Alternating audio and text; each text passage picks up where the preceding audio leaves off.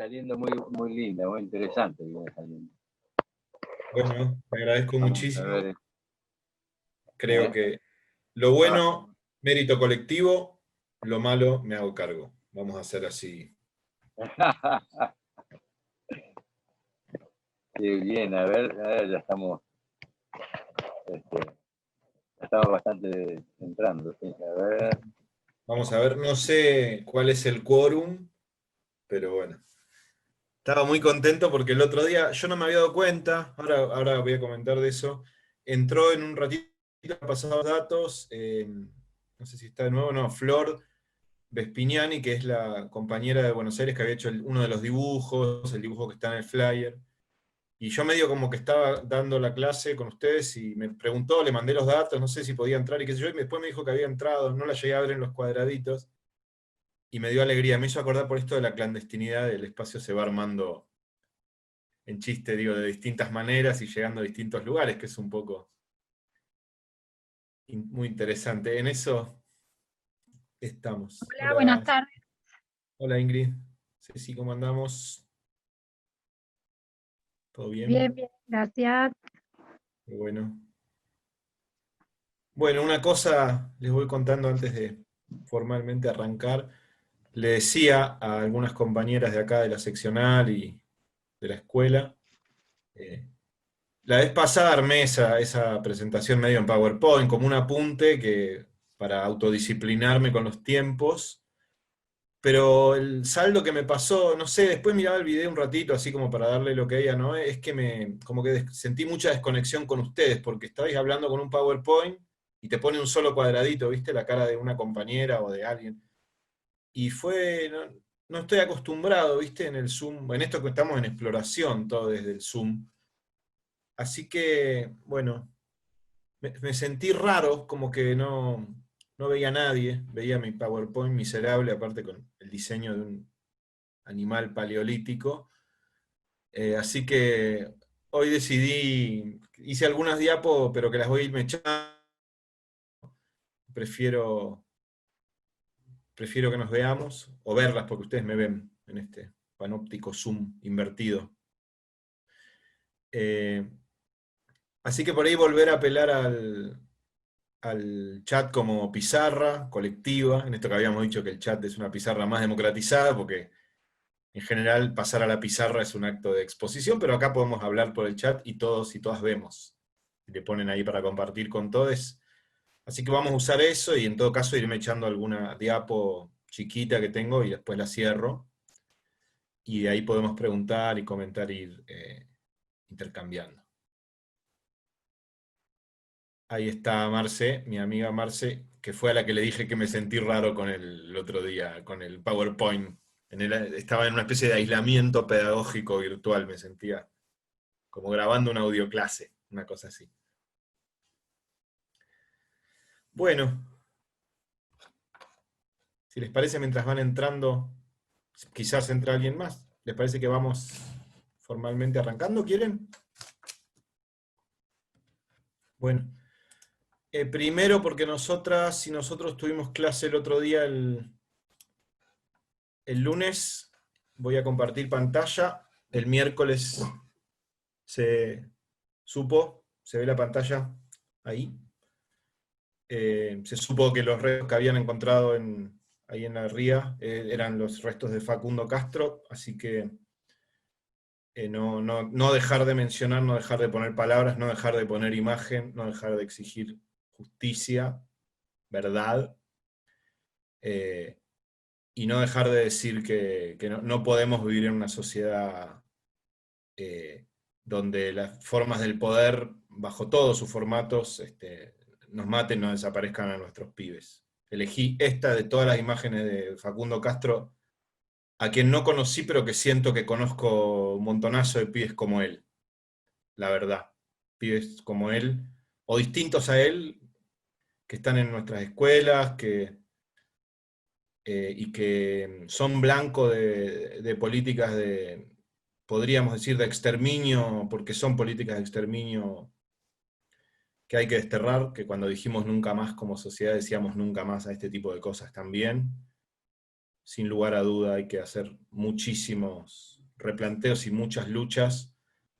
En particular, yo creo que mínimamente digamos, el ministro de Seguridad que había designado el gobernador, que es Sergio Berni, al que lamentablemente conocemos mucho, debería irse, pero también sé que debería renunciar, pero también sé que eso probablemente no alcance porque hay un esquema, digamos, de poder punitivo y de violencia institucional que nos remite a lo más oscuro, digamos, de las formas de gobierno sobre los pibes, sobre todo, que son un blanco, los pibes pobres, un blanco tremendo de esa violencia, así que, aunque no conocía directamente a Facundo, se convirtió en un emblema de las luchas de estos tiempos, y es dedicarle a él y a su familia y a sus amigues todo lo que hagamos.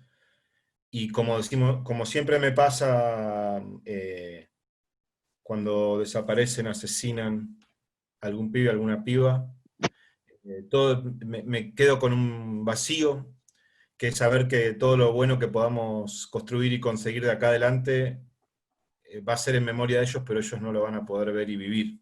Y eso no tiene reparación, digamos, ¿no? El docente, la docente que arme una buena clase, que organice una murga, que piense un taller, Facundo no va a poder participar, y eso es irreparable. Y eso también a mí me da bronca, y una bronca que sé que hay que, digamos, que reciclar, reinventar en organización, en pedagogías a contracorriente, en estos espacios, pero igual el daño es muy grande, y la sensación del vacío también es muy grande. Así que no quería dejar de homenajear a Facundo y abrazar a su familia, ahora que lamentablemente supimos que el resto que encontraron eran de él, eran su cuerpo.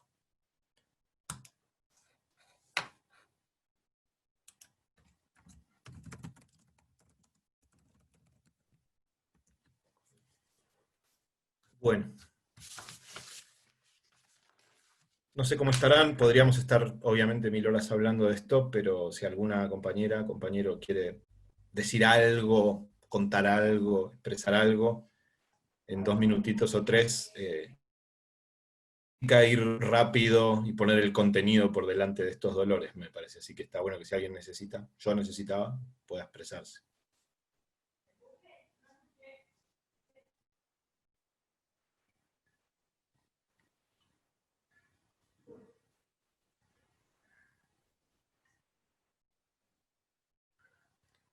No por ahora.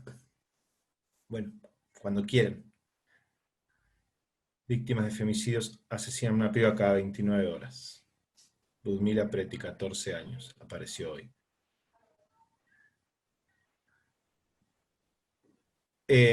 Más allá de las singularidades, hay una Mariano, violencia ahí que es la misma. simplemente, Sí.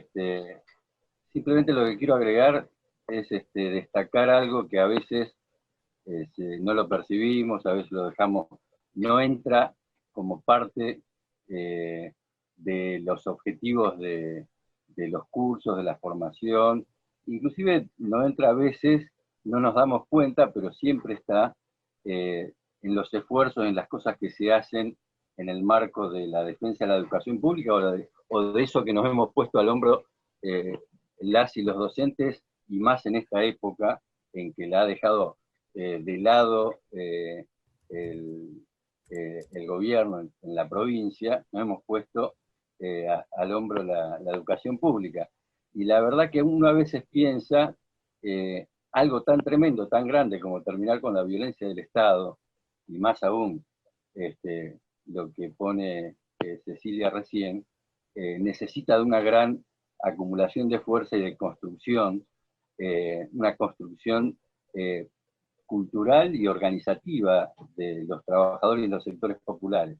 Y eso cuesta mucho y es muy difícil. ¿Y cómo se hace? Y la verdad que a veces perdemos de vista, pero hasta un curso como este, o como cualquiera de las instancias que estamos haciendo, o de los videos que uno puede ver en las redes de los esfuerzos que se hacen en cada rincón de la provincia donde están las seccionales de Aten, eso es de esa manera. De ahí vamos a sacar esa famosa acumulación de fuerzas que permitan realmente cambiar o por lo menos alivianar esta cuestión tan tremenda que nosotros la conocemos tanto por Carlos, que es la violencia del Estado, ¿no? La violencia estatal. De todas formas, qué sé yo, uno se siente un poco mejor si como es este último caso, a la familia daría la impresión que también desde lugares políticos altos del gobierno la acompañan, ¿no? O sea, o están. Pero yo lo que quiero destacar es estas cosas chiquitas que hacemos, porque eso es construir y hacer acumulación de fuerza para las causas grandes. Gracias, Edi. Me interesa, quizás no en este curso en particular, y hay algunas hipótesis dando vueltas, pero sería interesante que pensemos cuáles son los vasos comunicantes y las lógicas entre la desaparición y asesinato de un pibe como Facundo y los femicidios y feminicidios de pibas como Ludmila. Creo que hay que pensar cómo es la división sexual del trabajo de algunos centros de poder, de algunos resortes que no son tan visibles, y qué importante que es que la escuela, en todas sus variables, piense y trabaje estos asuntos. Después en algún día podemos buscar un espacio, sé que hay muchos, pero es un tema que me interesa, sobre el que he trabajado, y algunas de las cosas que escribí como antropólogo, trabajando violencia institucional, que me lo hizo ver una gran feminista antropóloga que es Mónica Tarducci, que agarró algunos de mis trabajos y me dijo, fíjate que todo lo que enfocás son varones, y estás naturalizando que la violencia policial, institucional, es hacia los varones, y las pibas siempre aparecen ligadas a los varones, y sería bueno que busques también cómo funciona esto otro, y con esa pregunta que era muy simple, que era, ¿y las pibas?, entre signos de pregunta, salí a hacer 3 años o 4 más de trabajo de campo en la Villa 31, y trabajé junto a otras colegas una línea de que no estaba explorada, era un punto ciego, pero era un punto de ceguera de nuestra propia disciplina, ¿no? Y como tantas otras cosas, pienso también como a veces mirábamos o seguimos mirando el aula con ese sesgo de género, y también como a veces miramos las violencias del Estado y parece que fuera un tema entre varones, ¿no? Como que el policía mató al pibe, ligazones, y está muy ligado, sí, ligado a lo que estamos trabajando hoy también. Un concepto de cultura cruzado por el poder, y un concepto de cultura cruzado por la complejidad, no puede de ninguna manera prescindir de los análisis de la teoría feminista y del encuentro entre el feminismo académico y el feminismo militante, que en muchos casos son las mismas compañeras, compañeros, y que han dado en estos últimos años una cantidad y calidad de herramientas que no solo han aportado a la caja de herramientas, sino que han cuestionado la caja de herramientas, la forma de la caja de herramientas, y hasta diría la propia metáfora, si queremos, de qué es una caja de herramientas, ¿no? Bueno, me gustó muchísimo leer sus diálogos en el chat, en el foro. Me gustó mucho cómo establecían contactos entre ustedes, se citaban mutuamente, entre comillas. Incluso alguien hablaba de otra compañera, y después otra compañera le contestaba y el otro le contestaba de nuevo, así que se armó como algo que en un curso que somos como 130, esa búsqueda nunca es sencilla, ¿no? Ni siquiera puedo verlos a todos en una pantalla, así que imagínense, quiero tener, ya dije, ¿no? Como Alberto Fernández, que tiene 5 pantallas y ve a todos, quiero eso. Y bueno, punteé algunas cosas. Lo primero era pedirles encarecidamente que cuando, yo sé que 150 o 200 o 300 palabras es re poco para todo lo que queremos decir, pero en un curso tan numeroso que tratemos de buscar esa síntesis, y que si tenemos 2 cosas para decir, por ahí digamos una, y la otra la guardemos para una próxima intervención, porque parece que no, pero alguien pone una intervención de 400 palabras, y eso hay que multiplicarlo por 100 a la hora de leer y de volver, así que les pido por favor que tratemos de respetar los números máximos de extensión, 1 o 2 más palabras, no pasa nada, pero no 100 más. Marqué algunas cosas para los primeros 5 minutos de devolverles del foro, porque había muchísimo de esos diálogos, así que tengo, a ver, lo primero, me encantó el término resonar, alguien había planteado, Dussel hace resonar a Foucault, Yo soy guitarrero de fogón, no músico, pero hay algo con los armónicos, ¿no? Que vos tocás un sonido y hay algunos otros que vibran y otros que no. Entonces, ¿cómo estamos en esta búsqueda del tándem entre autores y autoras? Cómo efectivamente Dussel hizo resonar algunas cosas de Foucault en las reflexiones de ustedes, que es un poco el objetivo del trabajo de ella. También encontré muy interesante esta búsqueda de una filosofía de la acción que entienda cómo los efectos producen, cómo los discursos producen determinados efectos, mirar eso en la escuela.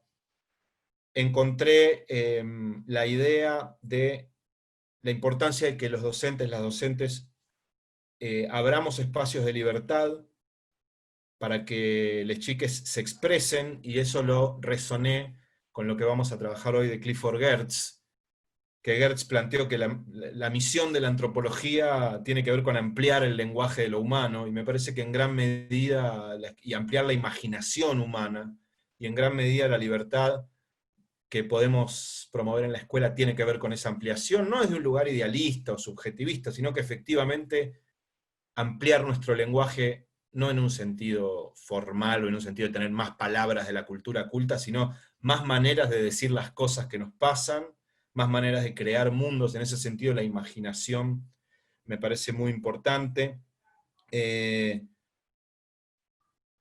Ya trajeron en el foro las lecturas de estos encuentros, trajeron a Elsie Rockwell, plantearon que hay en el aula y en la escuela una negociación y una reinterpretación de contenidos, de normas escolares. Esto tiene que ver con la concepción del poder que Dussel hizo resonar con Foucault, una concepción menos monolítica, menos represiva, y si quieren más productiva, que se hace cargo de el docente, la docente de ese lugar de poder y de saber, y que estamos dispuestos a saber que esos contenidos, que esas enseñanzas están en juego, en tensión, en negociación, en reinterpretación, que ya nos va trayendo un concepto de cultura y de campo mucho más amplio y complejo que la mera transmisión de conocimientos o imposición de conocimientos. Cuidado ahí, porque hubo sí algunas interpretaciones que hicieron ustedes donde no termina de quedar claro el planteo de Dussel con Foucault. Dussel, cuando dice abstencionistas, abstenerse, en el subtítulo 1 creo, ese juego de palabras quiere decir, los docentes no podemos abstenernos de la cuestión del poder porque somos producto y productores de ese poder, de esa dupla de poder y saber. En ningún momento ni Foucault, ni Dussel, ni yo vamos a plantear que debemos abstenernos del poder, sino hacernos cargo de que el poder es constitutivo de nuestras relaciones y buscar ese poder que no sea un poder arbitrario, que no sea un poder estúpido, que no sea un poder autoritario, sino un poder que amplíe márgenes de libertad, que subjetive con el otro, etc. Digo, no hay un poder abstencionista en Foucault.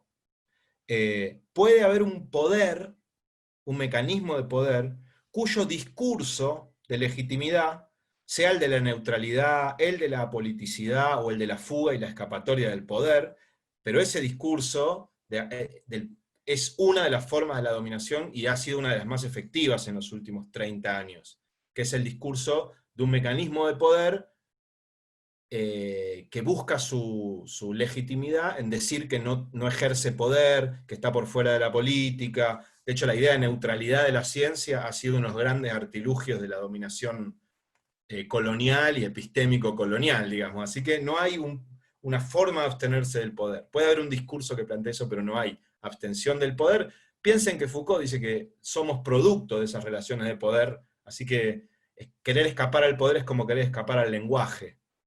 Es como querer escapar a lo que nos hace ser lo que somos, a la identidad, ¿no? Al cuerpo. Bien, ¿qué más? Me gustó muchísimo esta idea de pensar al poder como un proceso a través del cual el sujeto establece una relación vital con su entorno y resulta evidente que el origen del poder se sitúa en la intimidad del sujeto.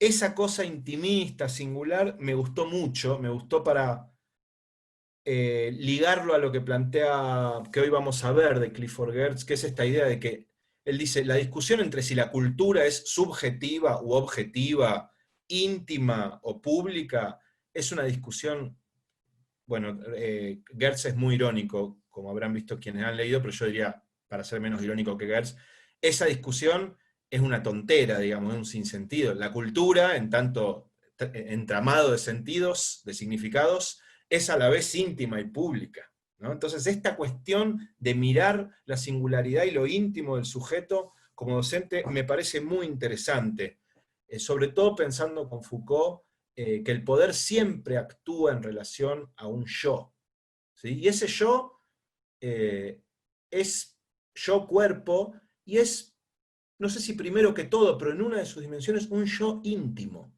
¿sí? O sea, piensen ustedes cuando están escuchando esta clase, o trabajando, o escuchando, o cuando van a otro lado, etcétera, todo lo que está pasando adentro de ese yo. Eso es muy íntimo, y eso es producción de cultura también, ¿sí? Bueno, no me voy a detener mucho más. Después,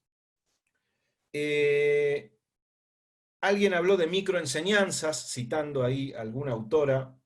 No pude, sino, aunque sea por parecido en el significante, ligarlo con la idea de microfísica del poder de Foucault, y a su vez ligarlo con lo que plantea Geertz, que para los antropólogos y antropólogas es muy bello, y muy necesario para mí también, que es una de las herramientas que quiero que este curso aporte como antropólogo y docente, que es que lo que plantea Geertz, ¿no? Ustedes dijeron microenseñanzas, yo linkeé con microfísica del poder, y después linkeé con esto que dice Geertz, estudiar los grandes temas de la humanidad, ¿no? El amor, la muerte, el Estado, la violencia, pero los antropólogos lo estudiamos en cosas chiquitas, ¿no? Estudiamos, él pone en su ejemplo, en una correría para robar ovejas, o en un guiño que se le hace en una peña a una persona a otra, o un amigo a una amiga, o una amiga a un amigo, o lo que sea, en esas cosas chiquitas estamos estudiando los grandes temas. Y esa escala, por eso es tan rica la etnografía del aula, es la escala de la escuela, es la escala del aula. ¿Sí? Nosotros como docentes, no estamos haciendo una vivencia de las macroestructuras de la política educacional, de las macroestructuras del Estado, sino que estamos ahí en esa pequeña aldea, que es la escuela, que es el aula, que es el profesorado, etc. Y entonces, eso no quiere decir que estemos desvinculadas o desvinculados de los grandes temas, por ejemplo, la política educativa. O creemos, ¿no?, que la política educativa se discute en los recintos o en los despachos y no está pasando nada en el recreo. Foucaultianamente, ahí están pasando cosas muy importantes, y esta idea geertziana de que estudiamos en lo micro de la política me parece muy rico para pensar. Me quedé ahí anotado con ver lo de las microenseñanzas. Bueno, gran pregunta que hacía alguien por ahí en el foro, o gran comentario. Vieron que Geertz lo trabaja con el tema del guiño del ojo, ¿no?, como un gesto, y dice, bueno, ¿qué es ese guiño? Hay que reponer el contexto de significaciones. Alguien dijo, hay un gran tema en la escuela, y en la escuela contracorriente, y en la escuela de sectores populares, que es el tema del silencio. Nuestras dificultades para leer que no todos los silencios significan lo mismo, que otro, digamos, la variabilidad de sentidos que tiene el silencio, y qué interpretaciones podemos hacer nosotros sobre esos silencios de aula. Me parece que ahí hay mucho para aportar y para pensar. Lo mismo que decían más adelante, el tema de la gorra, ¿no? Parece ser una obsesión el tema de la gorra de la visera. Bueno, en la foto de Facundo estaba con una gorra, me parece. Es un objeto, un significante, diría Saussure, que tiene una cantidad de cosas para pensar. A veces en las escuelas medias hay una obsesión, y en las primarias con los pibes más grandes, que se saquen la gorra, que se pongan la gorra, que se puede con la gorra. Esa obsesión por la gorra, ¿de qué habla? ¿No? ¿Qué significa esa gorra? No sé, porque muchas veces yo he preguntado, y me he preocupado, ¿no? Porque que se tapa la cara, que no se ve el gesto. Pero otras veces hay otras cosas que tapan la cara y ven el gesto, y alguien le dijo alguna vez a una colega, sacate el maquillaje porque no veo tu gesto. No, pero la gorra tapa, ¿qué tapa? Y otra vez, la marcha de la gorra Córdoba contra la violencia institucional, ¿qué significa esa gorra? Bueno, me pareció muy interesante cómo pensaron eso. Luego, también como pusieron en cuestión la discusión de los acuerdos de convivencia.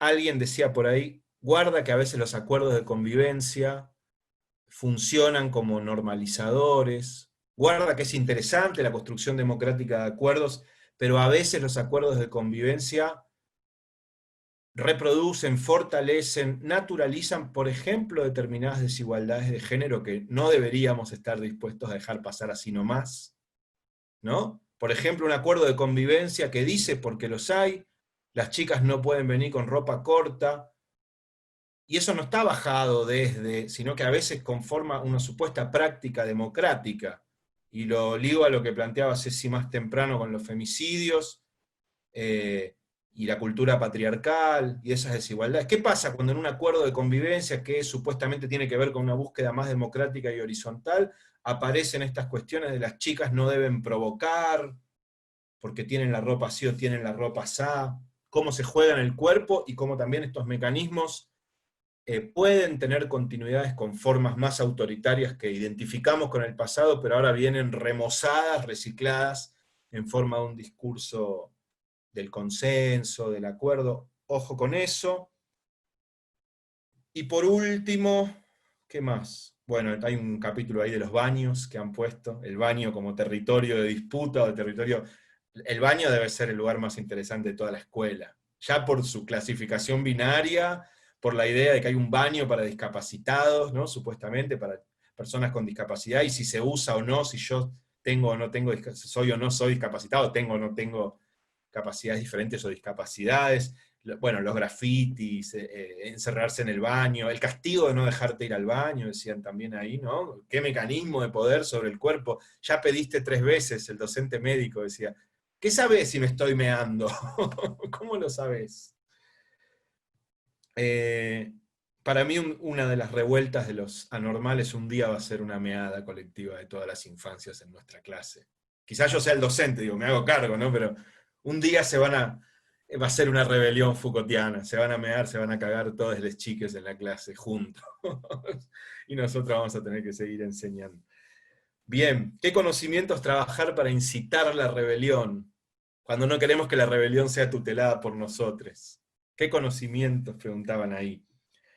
Hay una viñeta que puso alguna compañera del Chelo Candía, véanla que es hermosa, sobre el Zoom. Bueno, no la voy a compartir porque explicar una viñeta es como asesinarla, así que no voy a decir nada de la viñeta, véanla, está buenísima. Y ahora sí, por último de los últimos, bueno, me quedé pensando, la compañera que trabaja en la cárcel, ¿es una institución adentro de otra institución o es una metáfora, ¿no? Es la escuela adentro de la cárcel. Uf. Sobre panóptico, más por más menos, o más por menos menos, panóptico sobre panóptico, que produce, ¿no? Yo no trabajé mucho en cárcel, hice algunas cosas, no creo que no haya llegado a procesar, así que quienes están hace más tiempo, etcétera, me interesa mucho eso. Y para ir pasando a nuestros temas de hoy, salió mucho y me gustó, y me parece fundamental, pensar la vida cotidiana como un territorio, como un campo necesario de ser mirado, o el campo por excelencia de la reflexión educativa para mí, la vida cotidiana de la escuela. Y pensar que en esa vida cotidiana, jugando con Gertz, está lleno de signos, de sentidos, pero que son en la superficie como enigmáticos, ¿no? Se nos presentan como un montón de significantes, de significados, en realidad, de gestos, de conductas, que puede ser el silencio, que puede ser la gorra, que puede ser cómo vamos al baño, las formaciones, la manera de organizar la clase, etc. Y que ahí estamos para tratar de descifrar, en términos del propio Marx, ese jeroglífico social que es la cotidianidad escolar, la vida cotidiana de la escuela. Bueno, estos son mis apuntes del foro, pueden haber sido millones de otros apuntes porque está muy rico, pero no quería dejar de devolver algunas ideas que me surgieron. ¿Alguien le resonó algo de esto? ¿Del foro? Avanti. si quieren escribirlo, ahí aparecieron algunas cosas. Los acuerdos de convivencia. Salió, sí, claro, suelen traer propuestas muy conservadoras. Decíamos la vez pasada, ¿no? ¿Y qué pasa si yo quiero producir algo que para mí es emancipador, liberador, subjetivante, rebelde, y resulta que las propias estudiantes, los estudiantes, las familias, surge que no se quiere?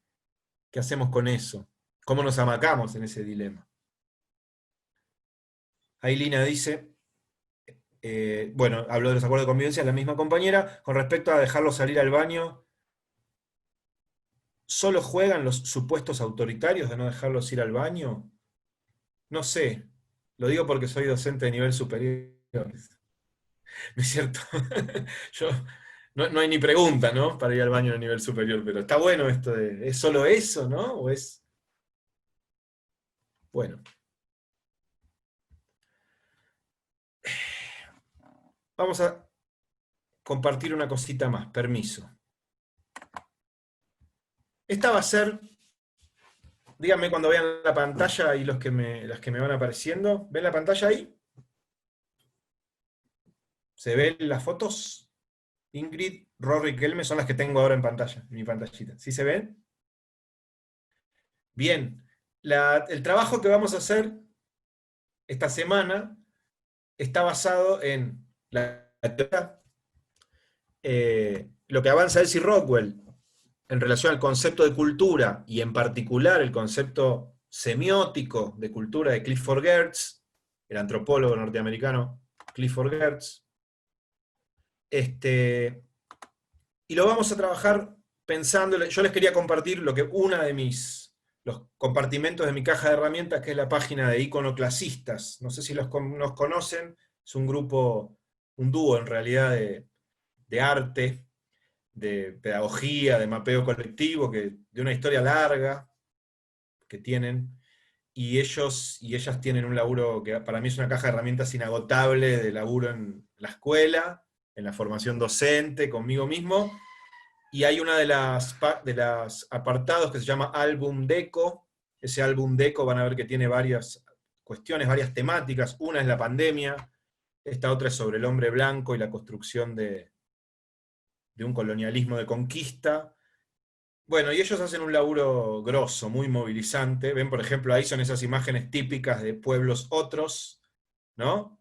Acá este pueblo es el pueblo Selknam, del sur de lo que actualmente es Argentina y Chile. Ahí tenemos algunos pueblos africanos. Y los iconoclasistas pusieron ahí a los conquistadores con esos mapas de colores insertos. Es un juego fuerte con la pluralidad cultural, el tema del poder. Hay una diversidad de cosas en la página de Iconoclasistas.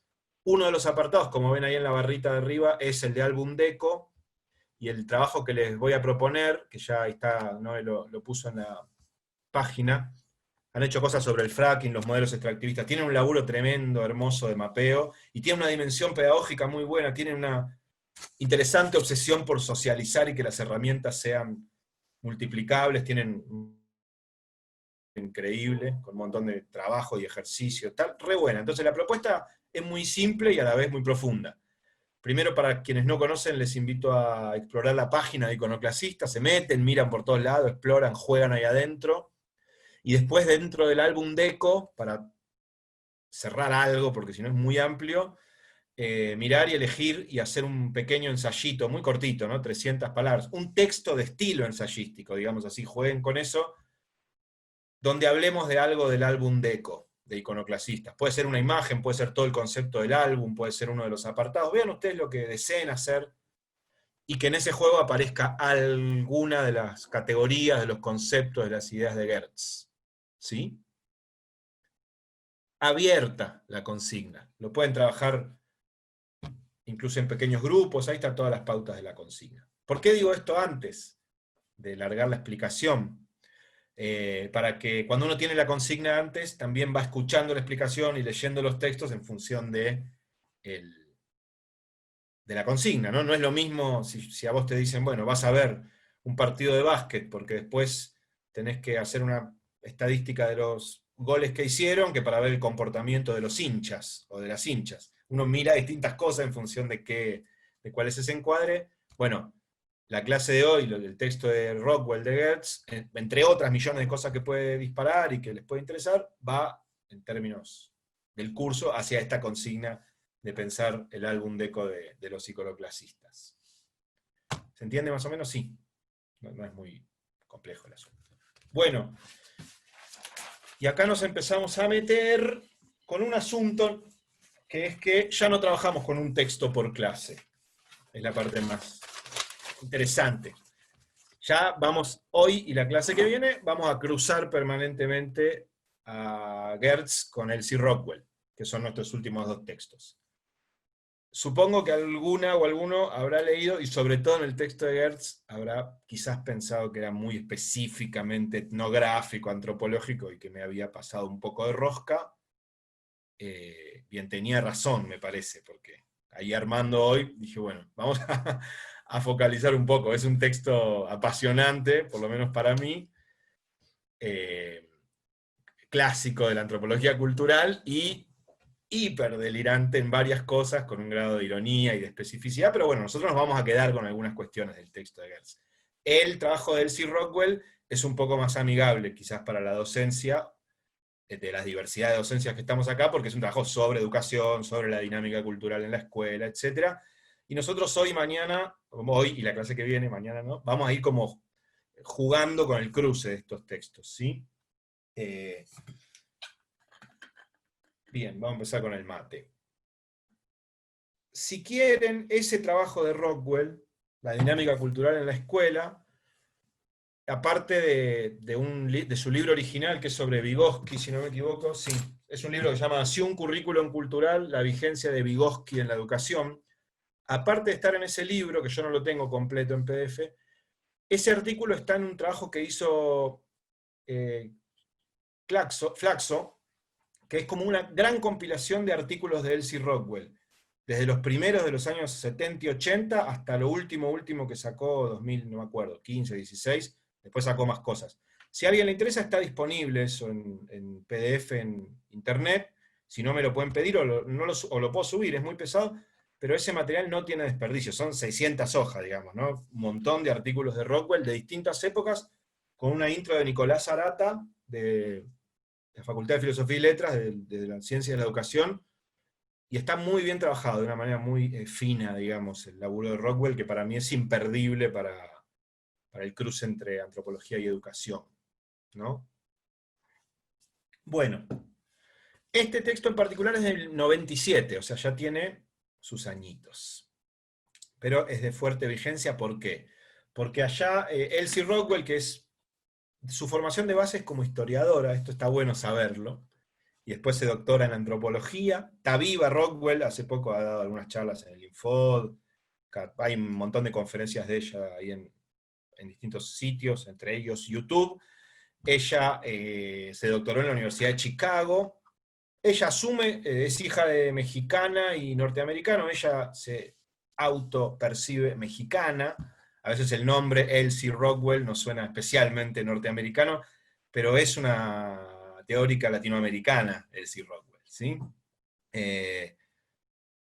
Y después es investigadora de uno de los centros más importantes de México, que es los avanzados de la DIE, donde hay varias antropólogas. Creo que Inés Dussel trabaja ahí también, si no me equivoco. Así que allí estamos con Elsie Rockwell. ¿Por qué está bueno este texto para mí, entre otras cosas? Hoy vamos a agarrar como más la primera parte, porque hace una especie de estado de la cuestión, o un estado de la cuestión, un estado del arte, del concepto de cultura en las ciencias sociales, y no lo hace netamente por gusto teórico, sino que lo que va a plantear es algo que creo que nos puede interpelar, que es que muchos de los análisis, de las teorías, de las cuestiones que nosotras y nosotros leemos y hacemos incluso sobre el proceso escolar, sobre lo que pasa en la escuela, remiten al concepto de cultura. Por ejemplo, la idea de la escuela transmite una cultura, o la escuela es homogeneizadora de la población, la escuela sarmientiana y la cultura de esto y la cultura del otro, y muchas veces no tenemos muy en mente cuál es la historia del concepto de cultura. Como todos los conceptos, no es un fruto natural, sino que tiene una historia, se podría hacer una genealogía más compleja, pero bueno, la antropología y las ciencias sociales en general tienen una larga historia de la discusión del concepto de cultura, que es a su vez la pesadilla y el sueño de los antropólogos, y un concepto profundamente enigmático, ¿sí? Que acá Gertz y Rockwell nos van a ayudar a terminar concluyendo que efectivamente es enigmático. Entonces, peleado con mis PowerPoints por la soledad que me provocan, voy a compartir un ratito nada más este esquema, que sería el esquema requete básico que Rockwell hace en la primera parte del trabajo, para historizar un poquito el concepto de cultura en las ciencias sociales y en la antropología en particular. Ahora lo voy a desarrollar, pero parte del concepto funcionalista, más positivista, que tiene raíz en Emil Durkheim, a fines del siglo XIX. Durkheim escribe, es uno de los padres de la sociología, ¿no? La sociología, si hay acá sociólogas, sociólogos, habría que analizarla porque tiene tres padres, es un tipo de configuración familiar, tiene tres padres, Weber, Marx y Durkheim. Así que bueno, pobre la sociología, con tres papás varones, los tres, y decimonónicos, aunque distintos. Entonces parte un poco de ese par que es Durkheim, fines del siglo XIX, y la, digamos, sociología funcionalista, que fue el paradigma dominante e indiscutido hasta los años 40, 50, que es Talcott Parsons. De ahí se va Rockwell a cómo el relativismo cultural de la antropología norteamericana, no es casualidad que de ahí venga Gertz es norteamericano, cómo el relativismo cultural y las teorías del conflicto cultural, un poco más tarde, ponen en crisis o critican o resquebrajan esta idea de la cultura del funcionalismo, o a veces lo van a encontrar como estructural funcionalismo, el modelo que ahora vamos a ver de Durkheim y Parsons. De ahí da un salto a una de las todavía principales teorías críticas en las pedagogías, que es la famosísima teoría de la reproducción, de Pierre Bourdieu y Jean-Claude Passeron, libro de 1977. Ahora también supongo que muchas de nosotras tendremos alguna idea de por dónde viene esta idea y qué es lo que la escuela reproduce. Y lo más interesante, o quizás novedoso para quienes no vengan o no hayan leído Etnografía de la Escuela, es lo que nos acerca Rockwell, de cómo la etnografía de la escuela, es decir, mirar la escuela desde una perspectiva antropológica, etnográfica, estando ahí, haciendo observación participante y produciendo lo que Gertz va a llamar descripciones densas, es decir, leyendo ese carácter enigmático de lo que se nos presenta en la escuela, necesariamente hay una reformulación del concepto de cultura que venía manejándose hasta acá. Que incluso con la tensión que es obvia entre las ideas de Bourdieu de reproducción y la idea de cultura de Durkheim, que es bastante funcionalista, hay algunos puntos en común.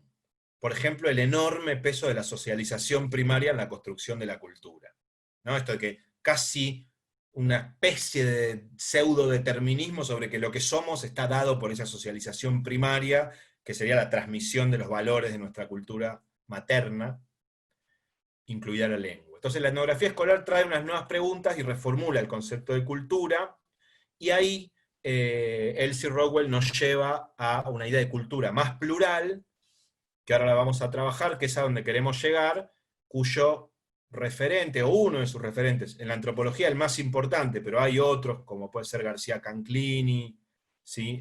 Que es argentino, Néstor García Canclini, o teorías más literarias y sociología, teorías de la cultura, o Williams. Bueno, la antropología es más bien Clifford Geertz, y es esta idea de la cultura pluralizada, una cultura con historia, una cultura atravesada por los conflictos y el poder, que Elsie Rockwell tiene una perspectiva muy propia de ella que a mí me parece interesante. No soy obviamente tan lector de Geertz como habrá sido, como es Elsie Rockwell, pero ella encuentra que Geertz tiene una fuerte influencia, o una influencia de Gramsci y de Mikhail Bakhtin, que son dos teóricos muy importantes. Gramsci de los años 30, italiano, digamos el recreador del concepto de hegemonía, que hemos trabajado bastante, y sé que circula la idea de hegemonía, y Mikhail Bakhtin, que es el lingüista ruso que metió en algún punto el poder y la ideología dentro del signo lingüístico, ¿no? Y planteó nada más y nada menos que el signo que Saussure había descrito tan formalmente como significado y significante, que muchos hemos tenido que sufrir con el dibujo del arbolito, del gato, y todo ese esquema de reducción del pobre Saussure, que la verdad que es un poquito más interesante. Bakhtin le metió una dinamita de poder, ideología, disputa dentro del signo, y lo que nos trae Elsie Rockwell es que hay una influencia de Gramsci y de Bakhtin en la teoría de Gertz sobre la cultura, que es una mirada en algún punto a contracorriente del propio Gertz. No es la lectura mayoritaria la influencia gramsciana y bachtiana en Gertz. Me gusta esa idea de Elsie Rockwell, sobre todo porque, lo digo por tercera vez, trataré de no decirlo más, para mí hay algo de lo irónico en el tono de escribir de Gertz que tiene mucho que ver con la disputa cultural. No sé si las que le han pegado una primera leída, está lleno de refranes populares. Quizás no son refranes que a nosotros nos resulten cotidianos porque son refranes del campo norteamericano, digamos, ¿no? Del campo, digo, de la ruralidad norteamericana, o del sentido común, pero la verdad que un antropólogo tan refinado como Gertz, discutiendo en las grandes ligas de la cultura, que en un capítulo, este capítulo es clave, ¿no? El primer capítulo de descripción densa es como una obra muy importante, y yo hoy contabilizaba cuando repasaba, hay como 5 o 6 refranes populares, y él está dando una discusión muy sofisticada sobre cultura, y mete eso, y ahí hay un juego ligado a lo popular, ¿sí? Imagínense, ¿no? Es como meter refranes de campo hoy discutiendo con Beatriz Arlo. Está bueno, hay que tomar esa posición, ¿no? Bueno, vamos bien hasta acá, una trinidad patriarcal. Marx, Durkheim y Weber. Capital cultural, apropiación de la cultura, dice él, sí, exactamente. Bueno, ¿fue muy rápido con el Word ese o llegaron a mirarlo? Esa línea de... Eso, en realidad son como los títulos que plantea ella, ¿sí? Bueno, hasta acá, preguntas, comentarios por el chat, o seguimos metiéndole.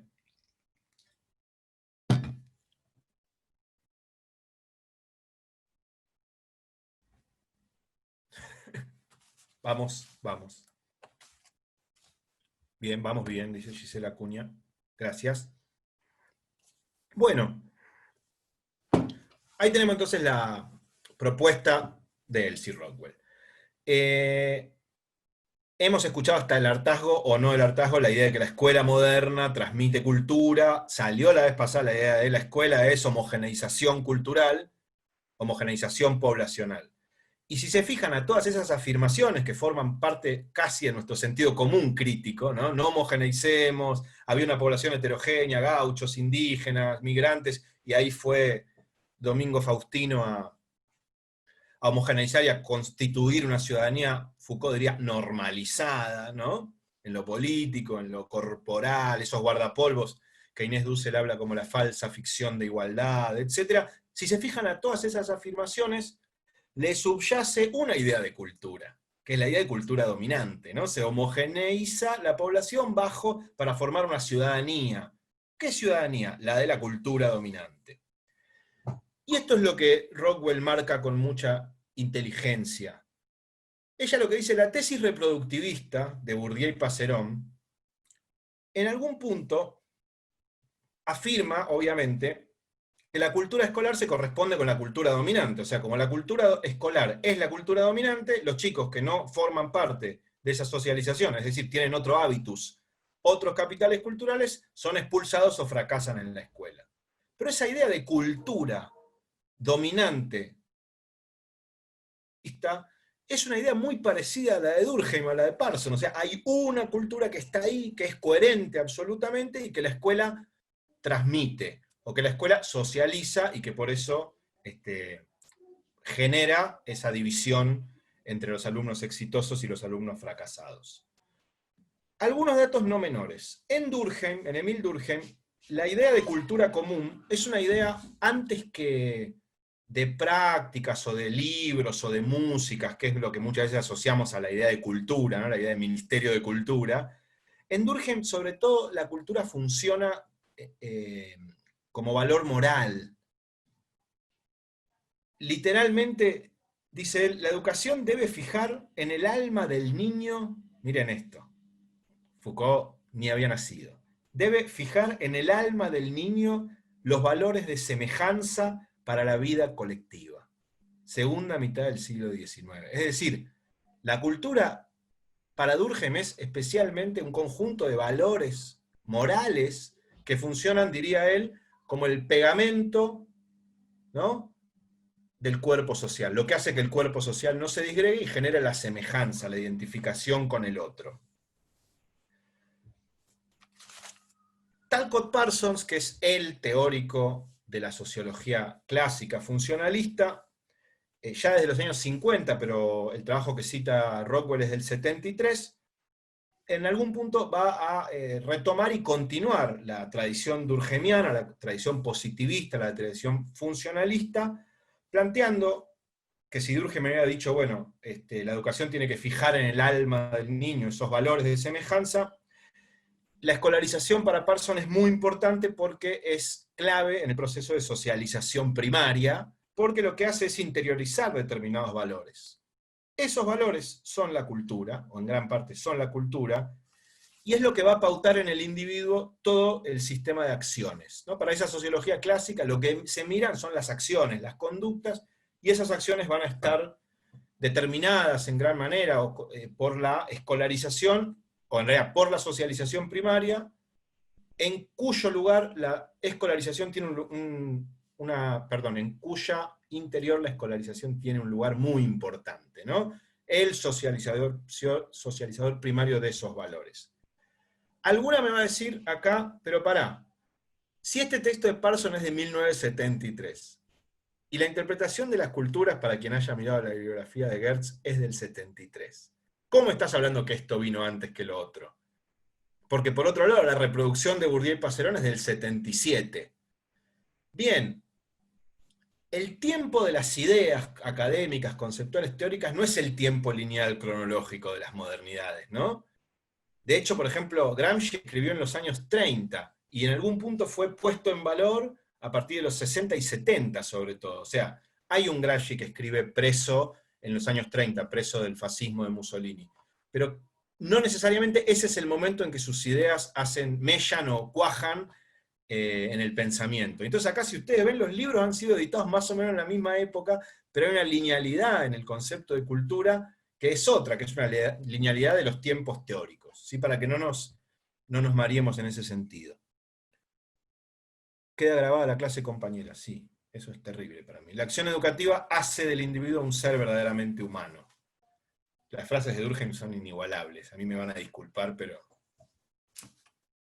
son increíbles. Bien, este enfoque, Durkheim, Parsons, es lo que llamaríamos el enfoque, lo van a encontrar como enfoque funcionalista o estructural funcionalista, depende, ahí hay un límite fino, y organicista, la idea de que la sociedad funciona como un organismo, de que ese organismo hay distintos órganos, que cada órgano tiene una función, ¿no? El corazón, los pulmones, las piernas, el cerebro, y que cuando hay un problema, un conflicto, lo que está pasando es que hay un órgano que está fallando o está enfermo y debe ser o excluido o reparado para volver al proceso de lo que se llama homeostasis, ¿no? O sea, el equilibrio para que todo funcione. Es decir, lo que en Durkheim sería la anomia social, ¿no? Como una enfermedad. Hay algo que está enfermo, algo que está anómico, a mí me suena bastante anémico, como que le falta vigor, pero es otra cosa, ¿no? Y entonces, ¿qué es lo que pasa? En este concepto de cultura como conjunto de valores, ni Durkheim, que Durkheim está, al igual que Marx, viviendo un momento de crisis tremenda en la consolidación del capitalismo más industrial, y él está viendo toda la crisis junta, tanto Marx. Así que siempre estuvieron muy preocupados por el conflicto social y por cómo sanar ese conflicto social. En el caso de Durkheim, por cómo profundizarlo para llevar a la sociedad revolucionaria y socialista en el caso de Marx. Bien, entonces, ¿qué es lo que pasa? Este concepto de cultura no mira la dominación y la resistencia en un sentido como lo miramos en las pedagogías críticas. Empezar a mirar eso es lo que va a habilitar otros juegos, digamos, de la cultura. Es decir, entrarle de lleno a ese concepto armónico, orgánico de cultura, viendo que en realidad los conflictos que hay no tienen que ver con anomias o enfermedades o desviaciones, sino que tienen que ver con la propia dinámica cultural y social, lo que nos va a habilitar es al juego de que en la cultura no todo es transmisión o socialización. Y esto nos cabe tanto para la institución escuela como para las otras instituciones, la institución familia, por ejemplo. Y acá nos va a hacer la propia Elsie Rockwell como antropóloga, hace una crítica a la antropología. Por un lado, la antropología clásica, quizás hayan leído algo de Evan Pritchard, Radcliffe Brown, el propio, un poco después, Lévi-Strauss, pero sobre todo la antropología británica y la antropología francesa. De hecho, un poco el padre de la antropología francesa es Marcel Mauss, que escribe así. Era el sobrino de Durkheim. Se quedaron con todo en esa familia, ¿no? La sociología, la antropología, hegemonistas totales de la... Recomiendo fuertemente de Mauss una cosa clásica que está escrito en 1925, Ensayo sobre los dones. Era un socialista, pero tuvo gran influencia en el anarquismo, Mauss, estudiando las economías no monetarias, desde la antropología. Bien, lo que nos dice un poco Rockwell es que la antropología aportó mucho a la idea de pluralidad cultural, sin lugar a dudas, viendo que había otredades por el mundo y que esas otredades, esos pueblos otros, esa diversidad cultural, presentaba otras formas de cultura, que no eran la misma forma de cultura que el occidente europeo. Ahora, uno si mira de todos modos, por ejemplo, las etnografías clásicas de la antropología, como puede ser los Nuer, o los argonautas del Pacífico Norte, del Pacífico Occidental, de Malinowski, lo que va a ver es que claramente muestran que hay una pluralidad de culturas, que es muy distinto a la sociedad francesa o a la sociedad inglesa moderna occidental, pero lo que nos dice Rockwell es que en algún punto el concepto de cultura que están manejando sigue siendo un concepto donde la cultura aparece como un todo coherente, ¿no? Distinto, pero como un sistema coherente de estructuras, de funciones, de valores. Es decir, la antropología hace un aporte a la idea de pluralidad cultural, pero hasta los años 40, 50, incluso 60, todavía sigue manejando un concepto de cultura muy similar al de la sociología clásica. O sea, todo, cuando uno lee, por ejemplo, los Nuer, que es una... Puse Nues, me agarra alguna de mis profesoras directoras, me mata. Y ahora lo puse mal de nuevo. Los Nuer, despacio. Ahí está. Me apuro. El último es el que está bien. Cuando uno lee los Nuer, le cierra todo. Le cierra por qué, cómo organizan las festividades, le cierran cómo cuando se casan intercambian el ganado, le cierra una pinturita, un paisaje cultural de un grado de coherencia que por un lado es absolutamente diferente a la idea de cultura occidental, empezando porque no tienen Estado, no tienen moneda, no tienen, ¿no? No tienen aparato represivo, no tienen leyes en un sentido escrito, no hay tribunales, o sea, hay otro mundo cultural ahí, pero en su estructura es tan cerradito y coherente como lo que podía decir el sueño, digamos, de la sociedad occidental civilizada.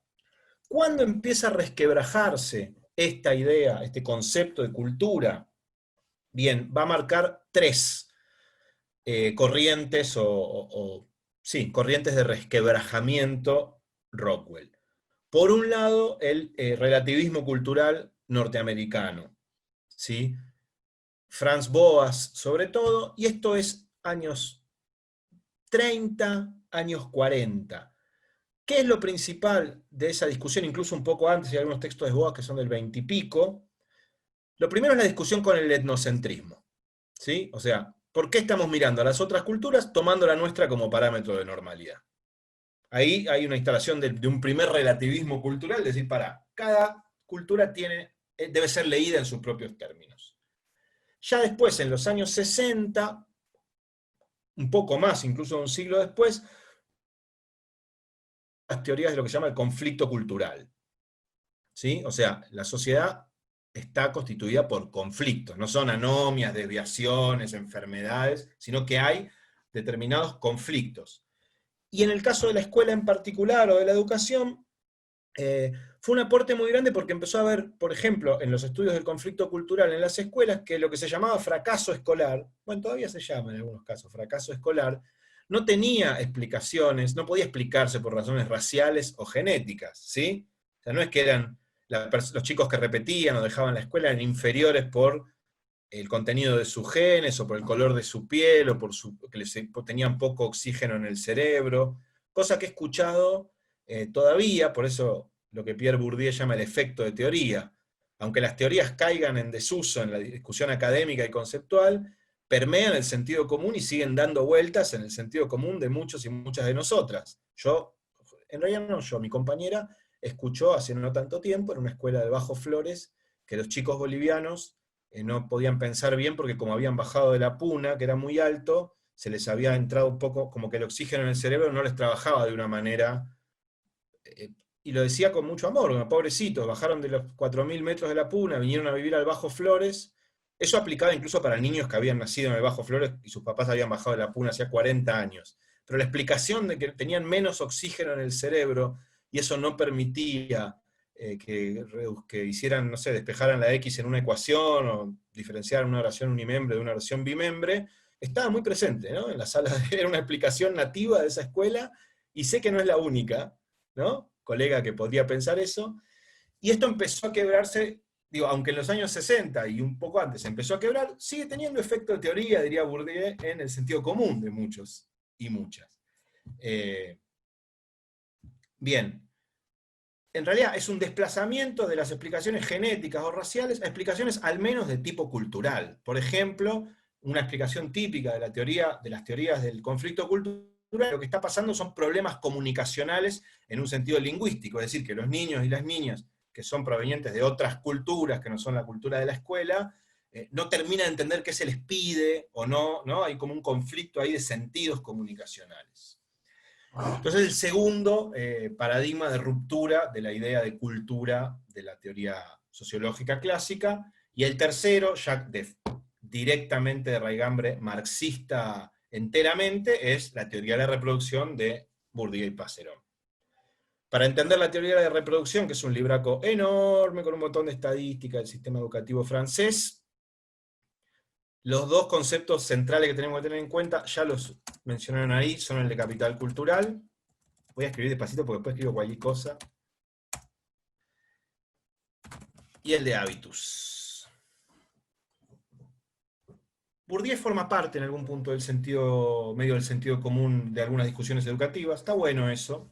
No vamos a ponernos en, ay, se vulgariza, qué sé yo. Yo creo que la idea de capital cultural es una idea interesantísima y súper productiva. Esa idea de que hay distintos capitales circulando en los campos sociales y que en algún punto, aunque tengamos unos sueldos miserables y nos paguen el aguinaldo en 3 veces, en el aula somos portadores de determinado capital cultural que no tiene, o tiene poco que ver con el capital económico en el caso de la docencia, pero me parece que es una idea fértil y que sigue produciendo, que no explica todo, como dice Geertz, pero sigue explicando algunas cosas. La tesis básica del libro La reproducción de Bourdieu y Passerón es que hay una distancia, ¿no? Una distancia simbólica, una distancia política, una distancia pedagógica, entre el hábitus de la escuela, ligado al capital cultural de las clases dominantes, y el hábitus de los chicos de clases populares. Esa es como la tesis básica. Entonces, ¿qué pasa? La niña, el niño, no se siente cómodo en ese hábitus circulante, en esa forma de capital cultural, mientras que el niño o la niña perteneciente a ese universo cultural más dominante se siente cómodo y entonces avanza sin demasiados problemas. ¿Eso qué es lo que termina haciendo? Bueno, reproduciendo, justamente es el título del libro, la estructura social de desigualdad de clases, que para Bourdieu la desigualdad de clases no es solo económica, es decir, lo que define la pertenencia a una clase social de una persona, en el marxismo, si quieren, del primer Marx, del segundo Marx, sería el del prefacio de la economía política, es, bueno, ¿cuál es mi relación con los medios de producción? ¿Soy dueño o no soy dueño? Y eso define mi carácter de clase. Yo me puedo creer que soy un burgués, incluso puedo tener mi lenguaje, puedo tener hasta una pilcha y todo, pero si no soy dueño de los medios de producción, Marx diría, sos un tilinga. No creo que dijera eso, pero lo que define tu pertenencia a una clase social o a otra es tu relación con los medios de producción. En Bourdieu esa cuestión es un poco más compleja, porque también hay otros capitales en juego, uno de los cuales es el capital cultural, y el hábitus está ligado a eso. Entonces, ¿qué es lo que pasa? La escuela, que se dice neutral, que se dice socializadora en la cultura, que se dice que es una de las garantías del progreso y del ascenso social, no hace otra cosa que reproducir a través de un formato bastante sutil, ¿no? Que son todos esos códigos culturales y simbólicos, reproducir la desigualdad del afuera y terminar clasificando a los chicos en su característica de clase, sea esta obrera o capitalista burguesa. Más allá de que es un poquito más compleja como clasifica y estructura Bourdieu, esa es la tesis básica de la reproducción. Que igual si se fijan lo que dice Rockwell, la idea de cultura que subyace a la tesis reproductivista es una idea de cultura bastante cerradita, ¿no? La escuela tiene el hábitus de la clase dominante y lo pone en juego en el paisaje escolar, y los chicos que están con su hábitus de clase, que puede ser o dominante o no dominante, proletario, pero fíjense que siempre aparece como entidad cerrada casi la cultura, como un conjunto bastante coherente de valores, de formas del lenguaje, no, lo típico, a ver, pasá el pizarrón, decí lo tuyo, hoy fui a ordeñar vacas con mi mamá, no se dice fui. Hui sería el signo, ¿no?, del capital cultural, de la lengua, de los sectores subalternos del campo. Se dice fui. Fui sería por excelencia la marca del capital cultural. Ahí está como la cosa de medio esquemática del burdismo. Bien, ¿qué es lo que pasa? Y acá viene quizás lo más interesante. Las etnógrafas de la escuela, como fueron los etnógrafos a las culturas otras, a las sociedades que llamaban cariñosamente o no primitivas, cuando fueron a ver lo que pasaba en la escuela, en el aula, no desde una perspectiva que ya sabía lo que iba a encontrar, que es un poco lo que vimos con Dussel, ¿vieron? ¿No? Si nos ponemos, ella dice, la vulgata Foucaultiana, ¿qué dice? Voy a la escuela, voy a encontrar panoptismo, vigilancia, normalización, docilidad de los cuerpos. Dussel dice, suspendamos un poco, seguro, de así, si yo voy a la escuela a mirar o a pensar mi práctica y ya sé lo que voy a encontrar, la teoría no sirve. Porque en realidad lo que estoy haciendo es corroborar lo que yo ya sabía teóricamente, o sea, encajar la realidad, comillas, en mi modelo. Y un poco la etnografía del aula pensó esa idea, porque cuando fueron las etnógrafas a empezar a mirar el aula desde una perspectiva, desde la mirada antropológica, notaron que era un poquito más complejo y generaron nuevas preguntas. Por ejemplo, si la teoría de la reproducción del capital cultural fuera tan lineal, todos los grupos migrantes en Estados Unidos fracasarían educativamente. Porque la verdad que la cultura china, el hábitus chino, no tiene nada que ver con el hábitus norteamericano occidental, blanco, consumista, etc. Bueno, o tiene poco que ver. Sin embargo, a los pibes chinos les iba bastante bien en la escuela. No así a los pibes afroamericanos. No así a los pibes chicanos, a los pibes chicanos. Es decir, ahí se empieza a caer una cuestión, que es solamente que hay dos hábitos distintos y el que confronta con el de capital cultural dominante fracasa, porque acá hay unos que no fracasan, dicen las etnógrafas, dice la propia Rockwell, que fue una de las primeras, ¿no? Otra cuestión, por ejemplo, todo lo que está pasando ahí y que es leído como fracaso escolar, producto del triunfo de la imposición simbólica del capitalismo a través de la escuela como aparato ideológico del Estado, ¿todo lo que pasa ahí es puramente opresión, dominación y fracaso? ¿O también hay revueltas y resistencias? Lo ligo a lo que ustedes decían en el foro, compañeras y compañeros. ¿Todos los silencios están hechos de lo mismo? ¿O a veces los chicos, las chicas en la escuela se quedan calladas y eso es un símbolo de resistencia cultural, no de fracaso y de exclusión, sino la elección de no decir? ¿No? ¿Cuándo me bajo la visera de la gorra? Bueno, hay un trabajo clásico ahí, que es del 77, que es de Paul Willis, construyendo cuerpos nobody, construyendo el obrero o los muchachos obreros, que muestra cómo en una escuela, en varias escuelas en realidad, pero él trabaja en una de los suburbios industriales de Londres, si no me equivoco, o de alguna ciudad británica, obreros desarrollan toda una cultura producto de sus producto no, ligada a su experiencia como obreros, como hijos de obreros, y la ponen en juego en la escuela como forma de resistencia cultural a lo que la escuela quiere imponer. Termina mal el cuento porque en realidad dice, ahí hay una resistencia cultural, eso no es puro fracaso, pero el resultado termina siendo una especie de exclusión de los propios pibes. Ahora, Rockwell va a ir con un cachito más de gramscismo. ¿Existe la idea de gramscismo? Bueno, pone un poco más en juego la idea de que hay resistencias en la escuela, no solo de parte de los pibes, sino también de parte de muchos docentes y muchas docentes, que logran que determinadas resistencias también sean no solo de asegurar la estructura social o reproducirla, sino también de transformarla. Un poco lo que decían ustedes. De poner en juego negociación, de poner en juego tensiones, de poner en juego cómo filtro, entre comillas, yo el currículum a la hora de poner en juego los contenidos y la forma de enseñar. ¿Cuáles son algunas de las preguntas que se hicieron esas etnógrafas para poner en crisis la noción de cultura tan hegemónica en la sociología clásica? Yo noté algunas de las que plantea Rockwell. Por ejemplo, la que ya dijimos, ¿por qué algunos grupos fracasan y otros no? Si es pura reproducción en la escuela, entonces deberían fracasar todos los que no son correspondientes a la norma o a la cultura dominante. La otra es, si existen diferencias culturales, que efectivamente existen, ¿pensamos que vienen solamente de afuera de la escuela y entran, o que la escuela también las produce en su dinámica? Esta es más sutil, pero no es menor, ¿no? Por ejemplo, en nuestras escuelas, la idea de ser mapuche, los chicos o las chicas que son mapuches, ¿viene de afuera? O sea, ¿el chico o la chica ya viene siendo mapuche, o el profesor viene siendo el profesor gay, o hay una producción de esa diferencia en la propia dinámica de la escuela, que tiene una autonomía relativa propia? Bien, ahí leemos el comentario de Lina. Termino acá las preguntas, Lina.